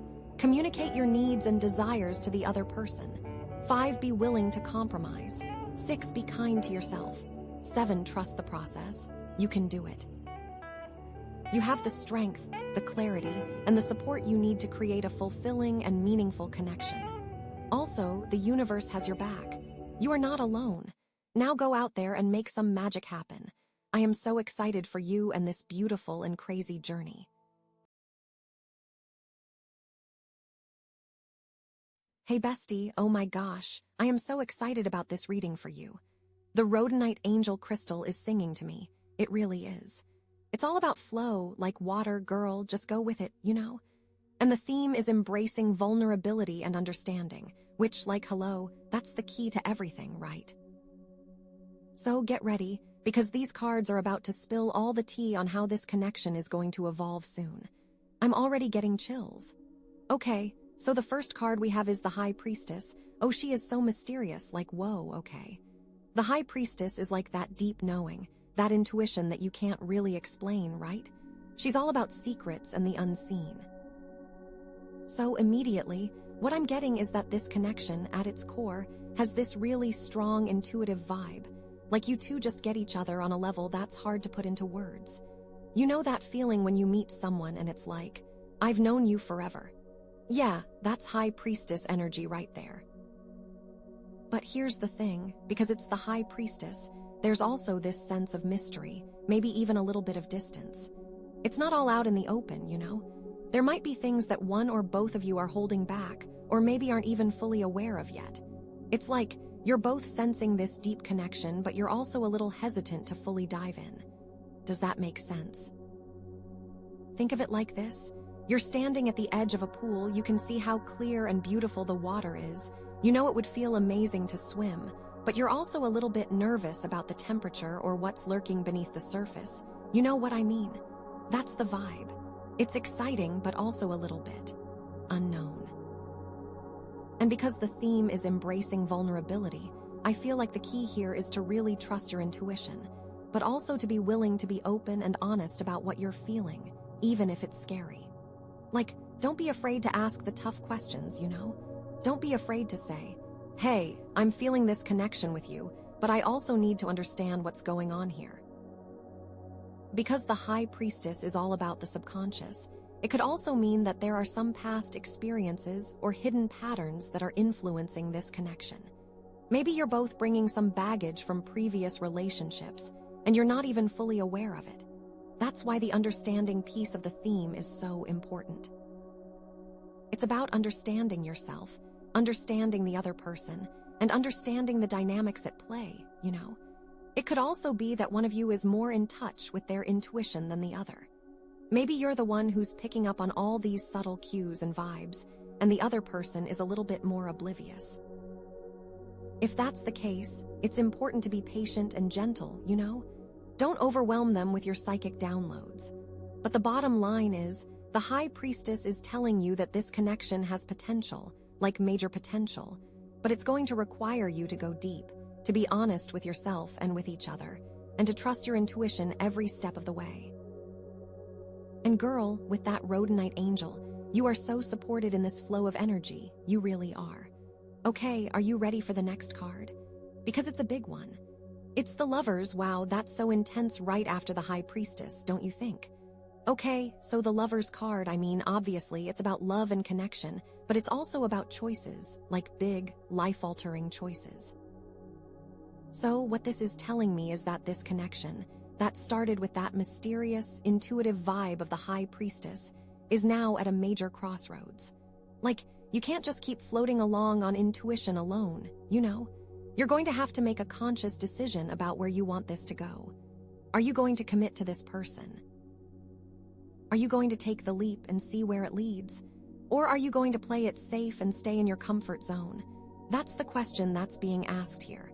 And because it's the Lovers, it's not just about a romantic relationship, although it definitely could be, right? It could also be about a deep friendship, a business partnership, or any kind of connection where you feel a strong sense of alignment and purpose.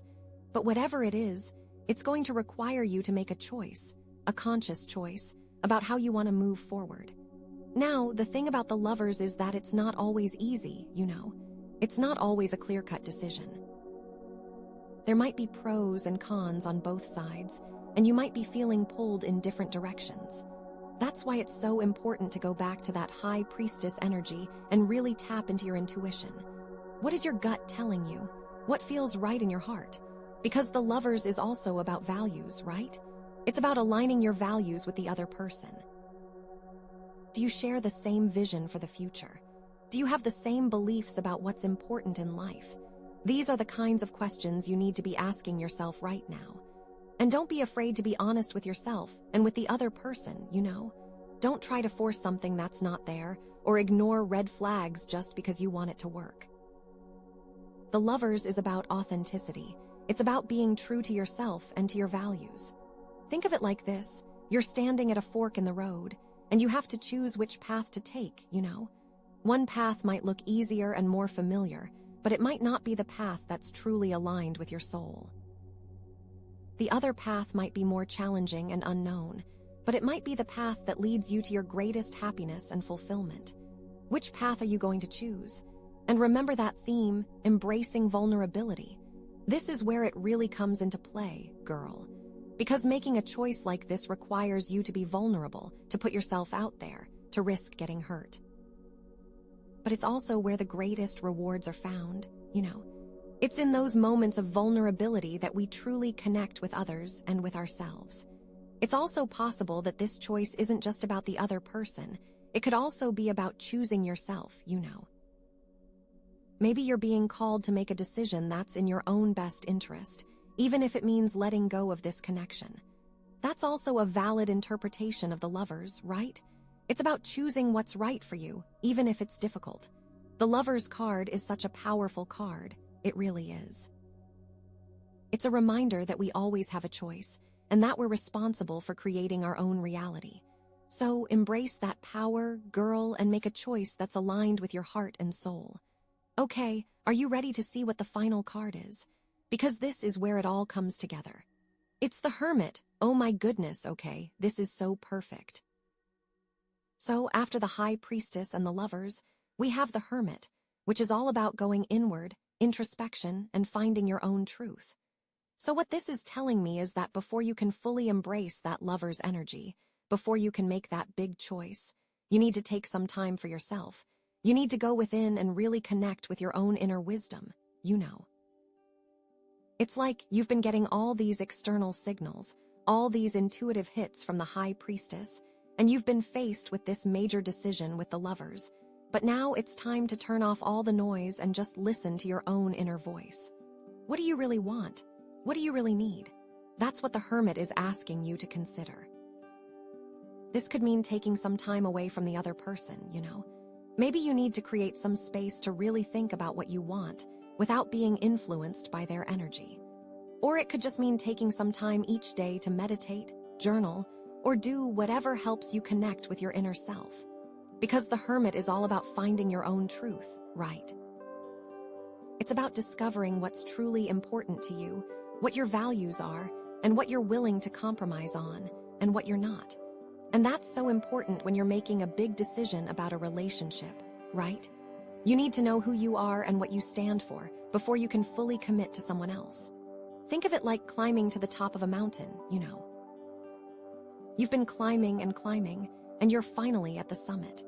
Now it's time to stop and take a breath, to look around and appreciate the view, and to really connect with the stillness and the peace of the mountaintop.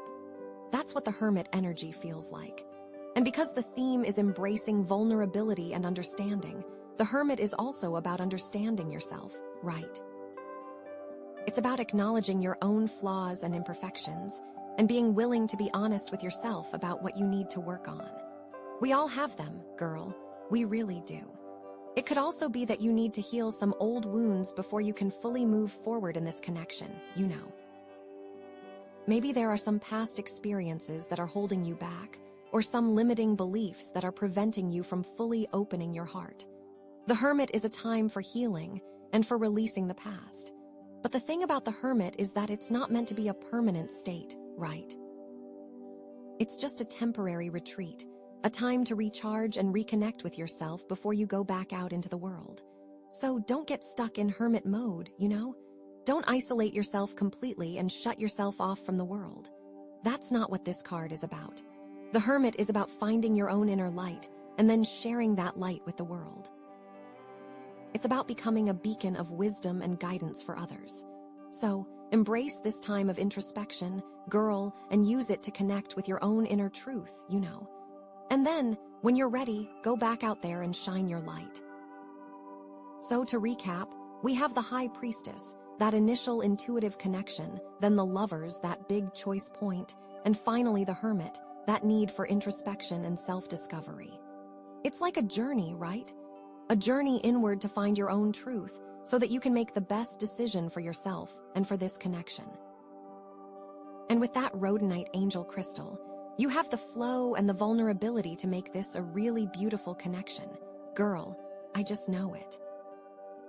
Okay, deep breath, here we go. The next card is the Tower. Oh my God. Okay, girl, don't freak out, don't freak out. I know, the Tower looks scary, it really does. Like lightning striking a tower, people falling out, it's intense, I get it. But listen to me, it's not always as bad as it seems, okay?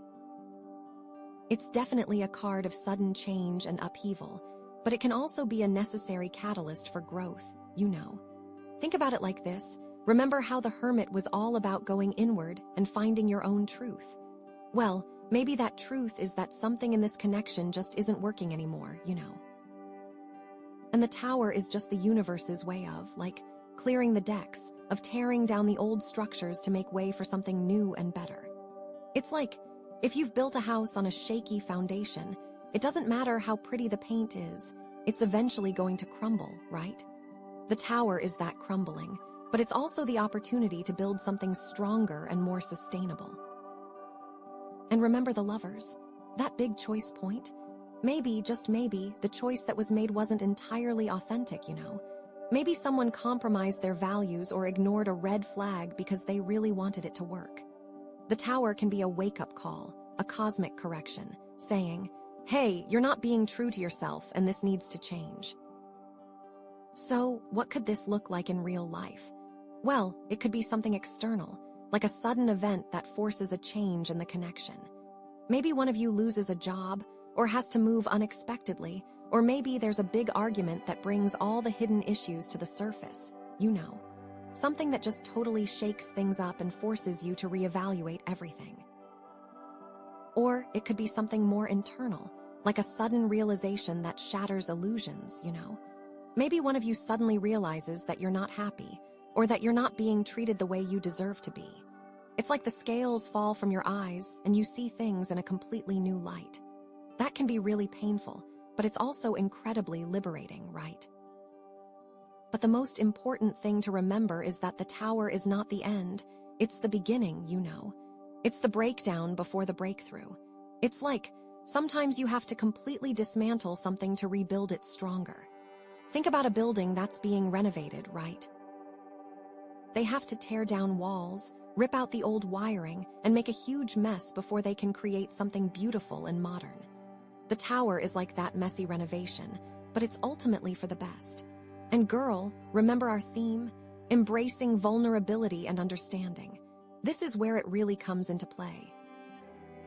Because going through a tower moment requires you to be incredibly vulnerable, to be willing to face your fears and insecurities, and to be honest with yourself and with the other person, you know? It's not going to be easy, it really isn't. There's going to be pain, there's going to be confusion, there's going to be a lot of like, what the heck is going on? But if you can embrace that vulnerability and try to understand what's really happening, you can come out of this stronger and more connected than ever before. It's like, think about those relationships that have gone through really tough times, you know, the ones where they've faced major challenges and overcome them. Those are the relationships that are truly solid because they've been tested and they've proven that they can withstand anything. That's the potential of the tower, to create that kind of resilience and depth in this connection. Or, another way to look at it, maybe the tower is someone's ego being shattered, right? Maybe one of you has been holding on to a false sense of self, or a rigid idea of how things should be. The tower can come in and just completely dismantle that ego, forcing you to see things from a new perspective. This ties back into the hermit, that self-discovery, because maybe you're realizing that you've been living a life that's not aligned with your true values, you know. And the tower is the universe's way of saying, hey, it's time to wake up and start living authentically. It's like, think about someone who's been really successful in their career, but they're secretly miserable, right? They've built this whole identity around their job, but it's not really fulfilling them. The tower could be them losing that job, or having some kind of crisis that forces them to reevaluate their priorities. It's painful, but it can also be the catalyst for them to pursue their true passions and find real happiness. So, how do you navigate this tower energy? First of all, don't resist it, okay? Don't try to cling to the old structures that are crumbling, because that's just going to make it more painful, you know? Embrace the change, even though it's scary. Trust that the universe has a plan, even if you can't see it right now. Be honest with yourself and with the other person. Don't try to pretend that everything is okay if it's not. Talk about your feelings, be vulnerable, and really listen to each other, you know? And practice self-care during this difficult time. Take time for yourself to meditate, journal, or do whatever helps you connect with your inner self. Because this is going to be emotionally draining, and you need to make sure you're taking care of your own needs. It's like, think about when you're on an airplane, and they tell you to put on your own oxygen mask before helping others, right? You can't support someone else if you're not taking care of yourself first. Also, remember that this is about long-term happiness, you know.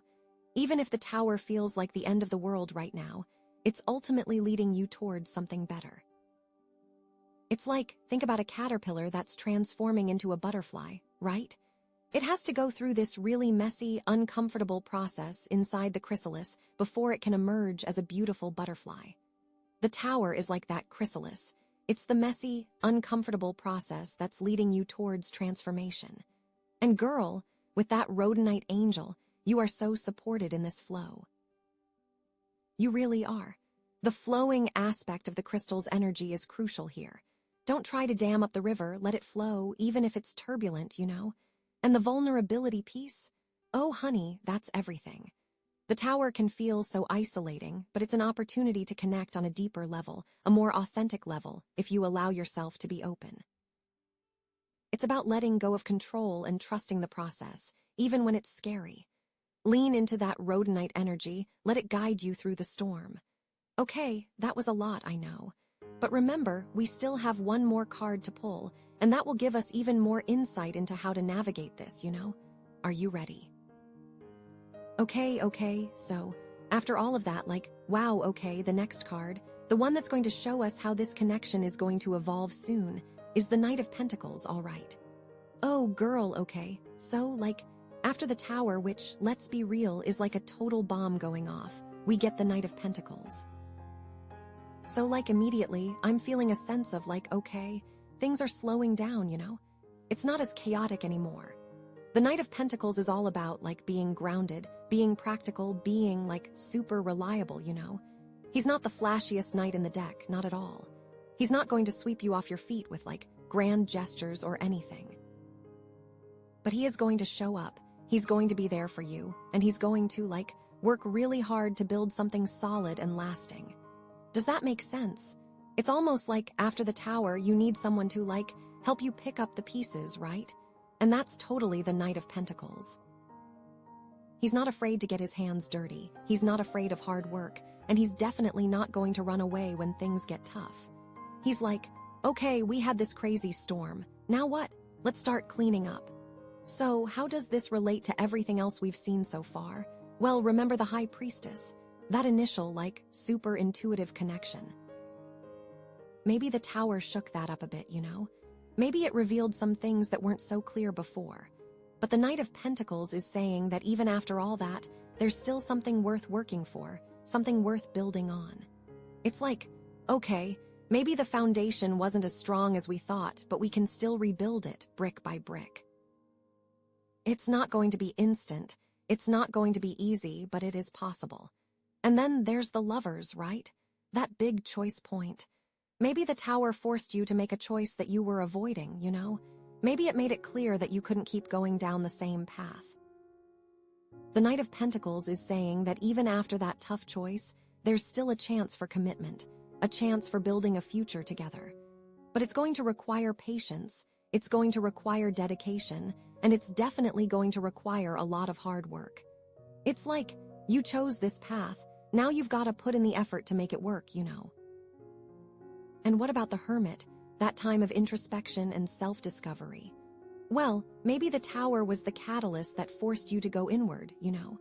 Maybe it stripped away all the external distractions and left you with nothing but yourself and your own thoughts.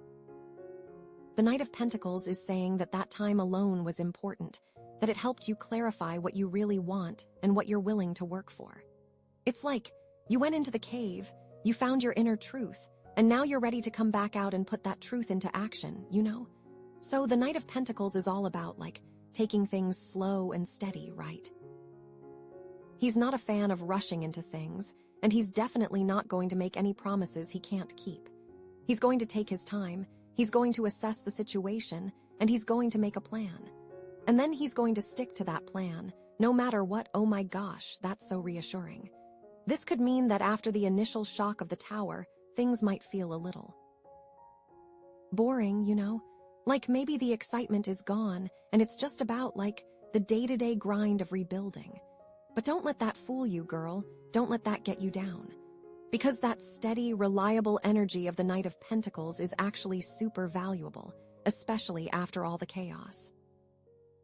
It's like you need that stability to heal, to grow, and to build something that's actually going to last. It's like you need to learn how to enjoy the process, even when it's not super exciting, you know?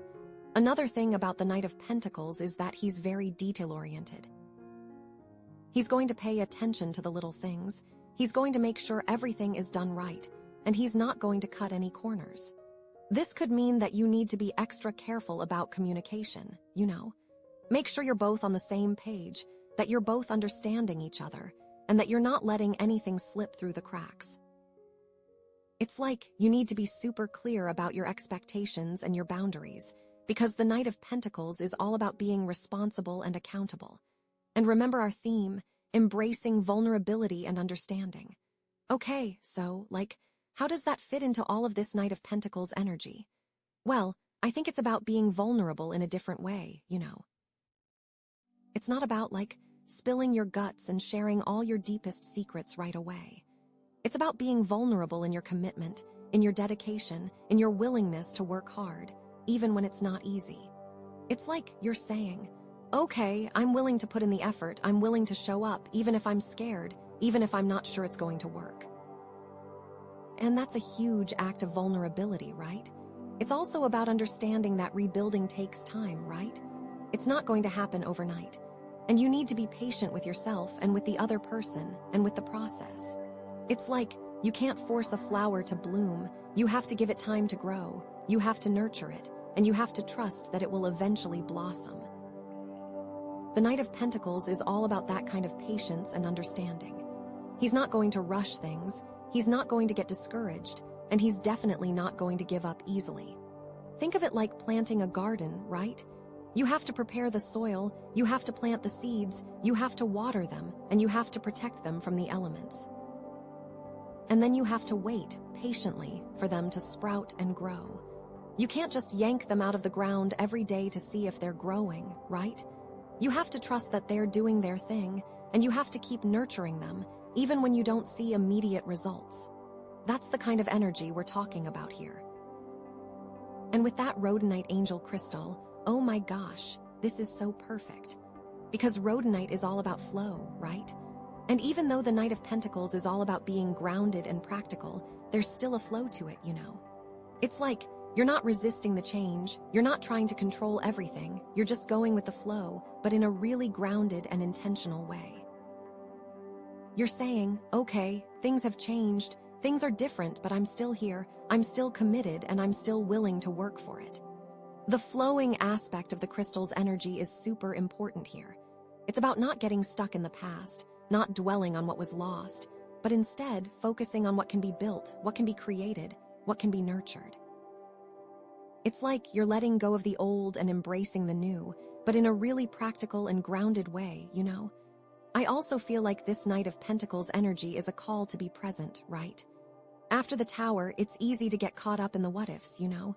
What if it happens again? What if we can't rebuild? What if it's all for nothing? But the Knight of Pentacles is saying, no, no, no. Focus on the present. Focus on what you can do right now. Focus on the next step. It's like you can't control the future, but you can control your actions in the present, and that's where your power lies. Okay, so to recap, this Knight of Pentacles is bringing a sense of stability, of practicality, of hard work, after all that Tower chaos, that Tower energy. It's a call to be patient, to be dedicated, and to be vulnerable in your commitment, you know? It's about rebuilding brick by brick, and trusting that even though it's not going to be easy, it is possible. It's about embracing the flow, being present in the moment, and focusing on what you can do right now. But it's not all sunshine and rainbows, right? There are definitely some potential challenges with this Knight of Pentacles energy, you know. One thing is that it can be a little bit rigid, you know. The Knight of Pentacles can get so focused on the plan that he forgets to be flexible. So you need to be careful not to get too stuck in your ways, to be open to new ideas, and to be willing to adjust your plan if necessary. It's like you need to be grounded, but not too grounded, you know? You still need to be able to adapt to changing circumstances. Also, it's important to avoid getting bogged down in the details, you know? The Knight of Pentacles can be a bit of a perfectionist, and he can get so caught up in making sure everything is just right that he loses sight of the bigger picture. So, you need to be careful not to sweat the small stuff, and to remember why you're doing all this in the first place. It's like, don't get so focused on the individual bricks that you forget you're building a house, right? Or, it could be that this connection, with this night coming up, might need a little more spark, right? It might need a little bit of a fire lit under it. It could be that things are going to be steady, but maybe a little too predictable, you know? And predictability isn't always a bad thing. But you want to make sure that you're still keeping things exciting, still making time for fun and adventure, still keeping that spark alive, you know? Don't let it all become about the hard work and the responsibility. So, girl, okay, so, the Knight of Pentacles is showing us that this connection is going to evolve by becoming more grounded, more practical, more reliable. But it's also a call to be vulnerable in your commitment, to embrace the flow, and to stay present in the moment. It's not going to be easy, it's going to require hard work and dedication, but it is possible to rebuild, to create something stronger and more lasting than ever before, especially with that crystal. Now let's see what the final card has to say, because that's going to give us the full picture, you know. I am seriously so excited for you. Okay, girls, so after all of that rebuilding talk, let's see what the next card is. Are you ready? Drum roll, please. It's the Eight of Pentacles. Ooh, okay, that's interesting. So, we go from this knight, who's kind of overseeing the rebuilding process, to the Eight of Pentacles, which is all about, actually putting in the work, you know. It's like rolling up your sleeves and getting down to business. After the, dramatic tower moment and the knight's, groundedness, we're now seeing the actual, focused effort it takes to create something new. The Knight of Pentacles has the plan, but the Eight of Pentacles is actually executing it. Does that make sense? This card is all about skill building, about honing your craft, about really mastering something through dedication and repetition. Think of it like learning a new language, right? You can't just, magically become fluent overnight. You have to put in the hours, you have to study the grammar, you have to practice speaking, and you have to be willing to make mistakes along the way. It's a process, and it takes time and effort. Or, think about a musician learning a new instrument, like a guitar or something. They're not going to be shredding solos on day one, you know. They're going to start with the basics. They're going to learn the chords, they're going to practice their scales, and they're going to gradually build their skills over time. And that's kind of what this card is about, right? It's also about focus, serious focus. It's about shutting out all the distractions and just, immersing yourself in the task at hand. It's like you're so engrossed in what you're doing that you lose all track of time, and nothing else matters except for the work itself. You know that feeling when you're really in the zone? When you're just, totally absorbed in what you're doing and everything else fades away. That's totally the vibe of the Eight of Pentacles. And it's about, taking pride in your work, you know. It's about striving for excellence, about wanting to do the best job possible, and about feeling a sense of satisfaction when you see the results of your efforts. It's you're not just going through the motions, you're actually putting your heart and soul into what you're doing, and you're taking pride in the quality of your work. But the big question is, how does this relate to this connection, right? Well, I think it means that you're both going to need to put in some serious work to rebuild after the tower, you know? It's not just going to magically happen on its own. You're going to have to be willing to, roll up your sleeves and put in the effort to create the kind of relationship you both want. It's you're building something together, brick by brick, and it's going to require dedication, patience, and a whole lot of focus.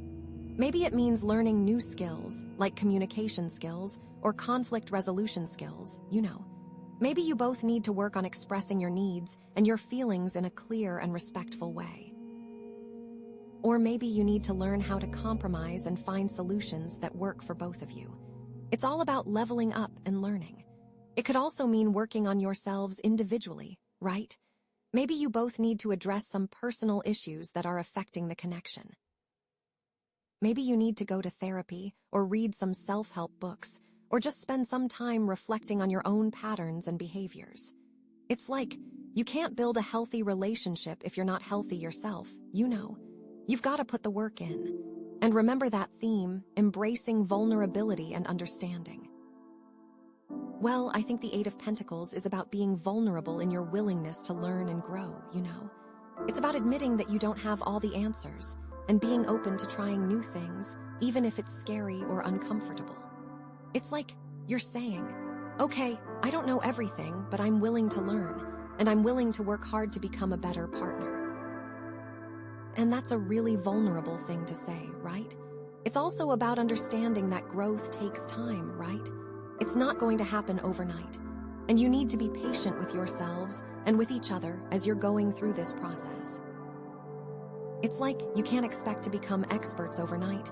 You have to give yourselves time to learn and grow, and you have to be supportive of each other along the way. So, what are some practical ways you can integrate this Eight of Pentacles energy into this connection? Well, one thing you could do is, set aside some time each week to work on your relationship, you know. Maybe you could have a date night where you focus on communication and connection. Or maybe you could take a class together to learn a new skill or something. It's you're making a conscious effort to invest in your relationship, and you're showing each other that you're committed to making it work. It's you're treating your relationship like a project, and you're putting in the time and effort to make it a success. Another thing you could do is, create a shared vision for the future, you know? Maybe you could sit down together and talk about your goals and your dreams, and then create a plan for how you're going to achieve them.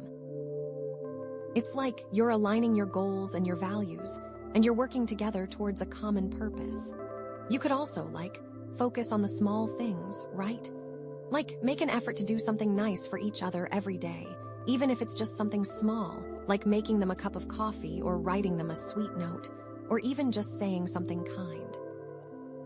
It's like you're showing each other that you care, and you're creating a positive and supportive environment. It's about the little things adding up, you know. Now remember that Rhodonite angel crystal and that flow? Girl, this is where that energy can really come in handy. Because the Eight of Pentacles can sometimes feel a little bit rigid, you know. It can feel like you're just going through the motions, like you're just checking off boxes on a to-do list. It's all about finding a flow, a rhythm to the work. It's easy to get bogged down in the details and lose sight of the bigger picture. That's why it's so important to stay connected to that flowing energy, to remember why you're doing all this in the first place, and to find joy in the process. So, even though you're putting in the work, make sure you're also having fun, you know? Make sure you're still making time for laughter, for play, and for connection. It's like you're not just building a relationship, you're also creating a life together, and that life should be filled with joy and happiness. One potential challenge here is, getting too caught up in the details and forgetting the bigger picture, or getting burned out from all the hard work, you know. The key is to find a balance, to find a way to put in the effort without sacrificing your joy, your happiness, or your connection. It's like you're working hard, but you're also playing hard, and you're creating a life that's both fulfilling and enjoyable, you know. So, girl, this Eight of Pentacles is really about putting in the work, about building skills, about focusing on the details, and about being vulnerable in your willingness to learn and grow. But it's also about staying connected to that flowing energy, about finding joy in the process, and about creating a life together that's both fulfilling and enjoyable. So, you know, it could be a really, really good thing. I'm so curious what the final card is going to bring into all of this. Are you ready? Okay, so after all that hard work and dedication with the Eight of Pentacles, let's see what the very last card is, okay? Here we go. It's the Sun. Oh my God, bestie, are you serious? The Sun after the Tower. That's like the ultimate comeback, right? Oh my gosh, I'm getting chills, okay? So the Sun is pure joy, pure happiness, pure positivity, pure abundance, everything good, you know. It's warmth, it's light, it's energy, it's feeling good in your skin. It's yes, I'm here, I'm thriving, I'm alive, okay? So after all that Tower drama, after all that rebuilding with the Knight and the Eight of Pentacles, the Sun is saying, girl, you did it. You made it through, and now it's time to celebrate. Seriously, this is so amazing. So what does this mean for this connection? Well, I think it means that after all the hard work, after all the effort, after all the vulnerability, you're finally going to experience a period of true happiness and fulfillment, you know. It's like you've built a solid foundation, you've learned new skills, you've overcome challenges, and now you're ready to just bask in the sunshine and enjoy the fruits of your labor. Does that make sense? It's like all that hard work has finally paid off. It's like you've been through the storm and now you're seeing the rainbow, you know. Like the sun is shining again and everything is bright and beautiful. Oh my gosh, I'm so happy for you. Okay, so let's break this down a little bit, right? Remember the High Priestess, that initial intuitive connection? Well, the sun is saying that connection is now fully illuminated, you know. All the secrets have been revealed, all the mysteries have been solved, and you can finally see each other clearly for who you truly are. There's no more hiding, no more holding back, just pure, honest, authentic connection. It's you've gone from sensing something deep and mysterious to fully understanding and appreciating each other, right? And then there's the lovers, that big choice point. Well, the sun is saying that you made the right choice, you know. You chose love, you chose connection, you chose authenticity, and now you're being rewarded with this incredible happiness and fulfillment. It's you took a leap of faith, and it paid off big time. You trusted your intuition, and it led you to exactly where you were supposed to be. Seriously, that's so amazing, okay? And what about the hermit, that time of introspection and self-discovery? Well, the sun is saying that that time alone was crucial, you know. It helped you clarify what you really wanted. It helped you heal old wounds, and it helped you become the best version of yourself. And now you're ready to share that amazing, radiant self with the world, and especially with this person.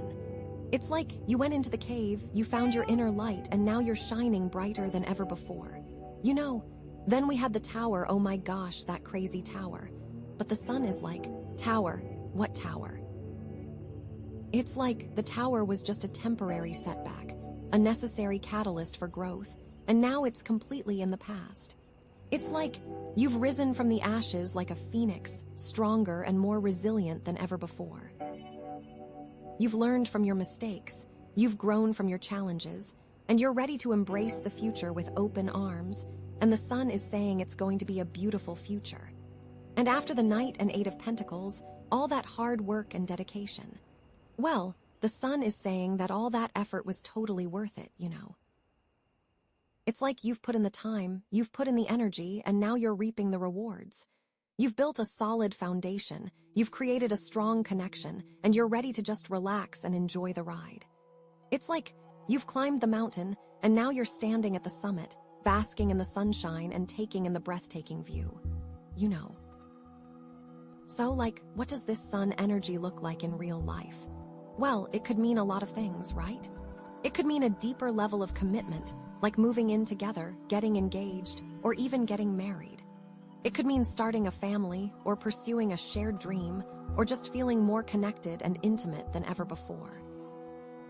It could also mean a period of, like, creativity and inspiration, you know. Like, you're both feeling super energized and motivated, and you're ready to take on the world together. It's like you're bouncing ideas off each other, you're supporting each other's goals, and you're just feeling totally aligned and in sync. Think of it like a summer vacation, right? You're relaxed, you're carefree, you're having fun, and you're just enjoying each other's company. It's like you're creating memories that will last a lifetime, and you're feeling grateful for all the good things in your life. Remember that theme, embracing vulnerability and understanding. Well, the sun is saying that you've mastered that, girl. You've learned how to be vulnerable with each other, you've learned how to communicate effectively, and you've learned how to support each other through thick and thin. And now you're reaping the rewards of that vulnerability and understanding, with this incredible happiness and fulfillment, okay?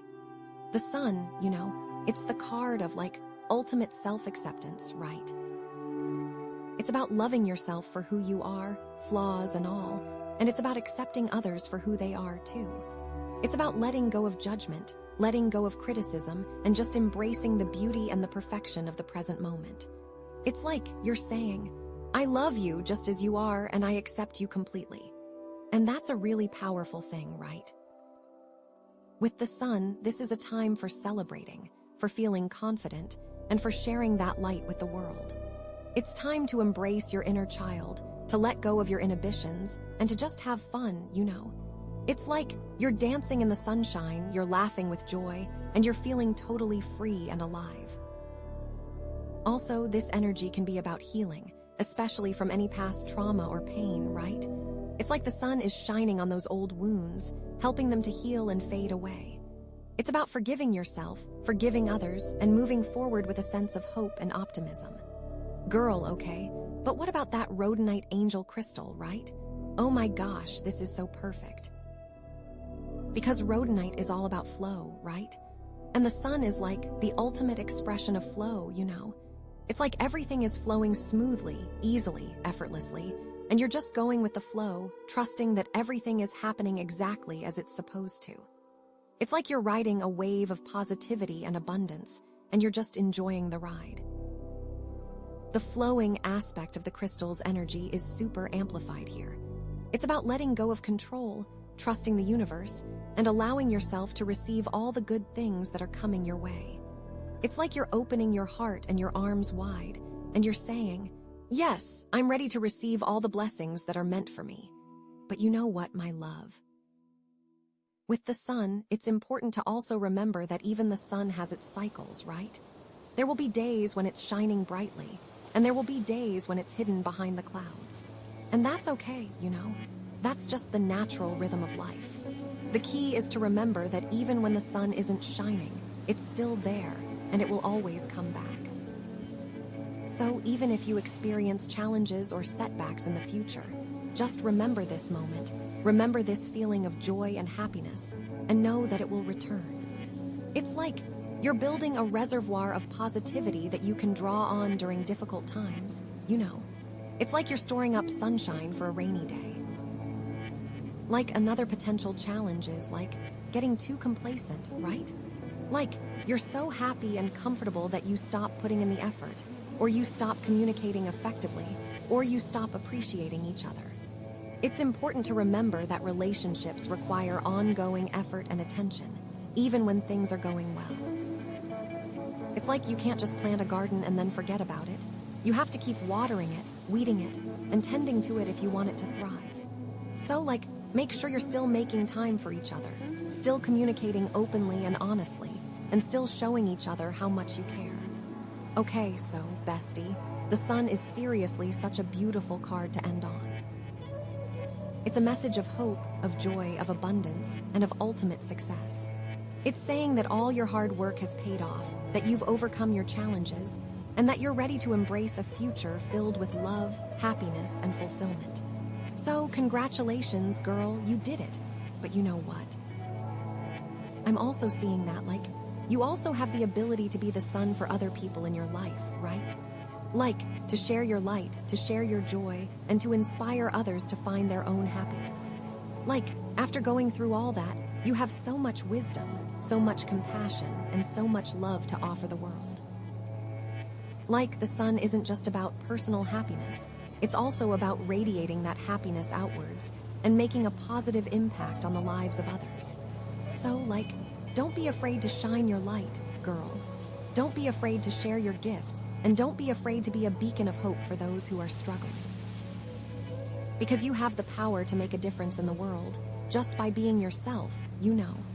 I just am so, like, excited for what is coming next for you. Okay, bestie, so, like, after all of that amazingness, after that journey from the high priestess to the sun, you're probably thinking, okay, what could possibly go wrong now? Right. And that's where this final card comes in, the Eight of Swords, okay? Now, I know the Eight of Swords can look a little scary too, just like the Tower, you know.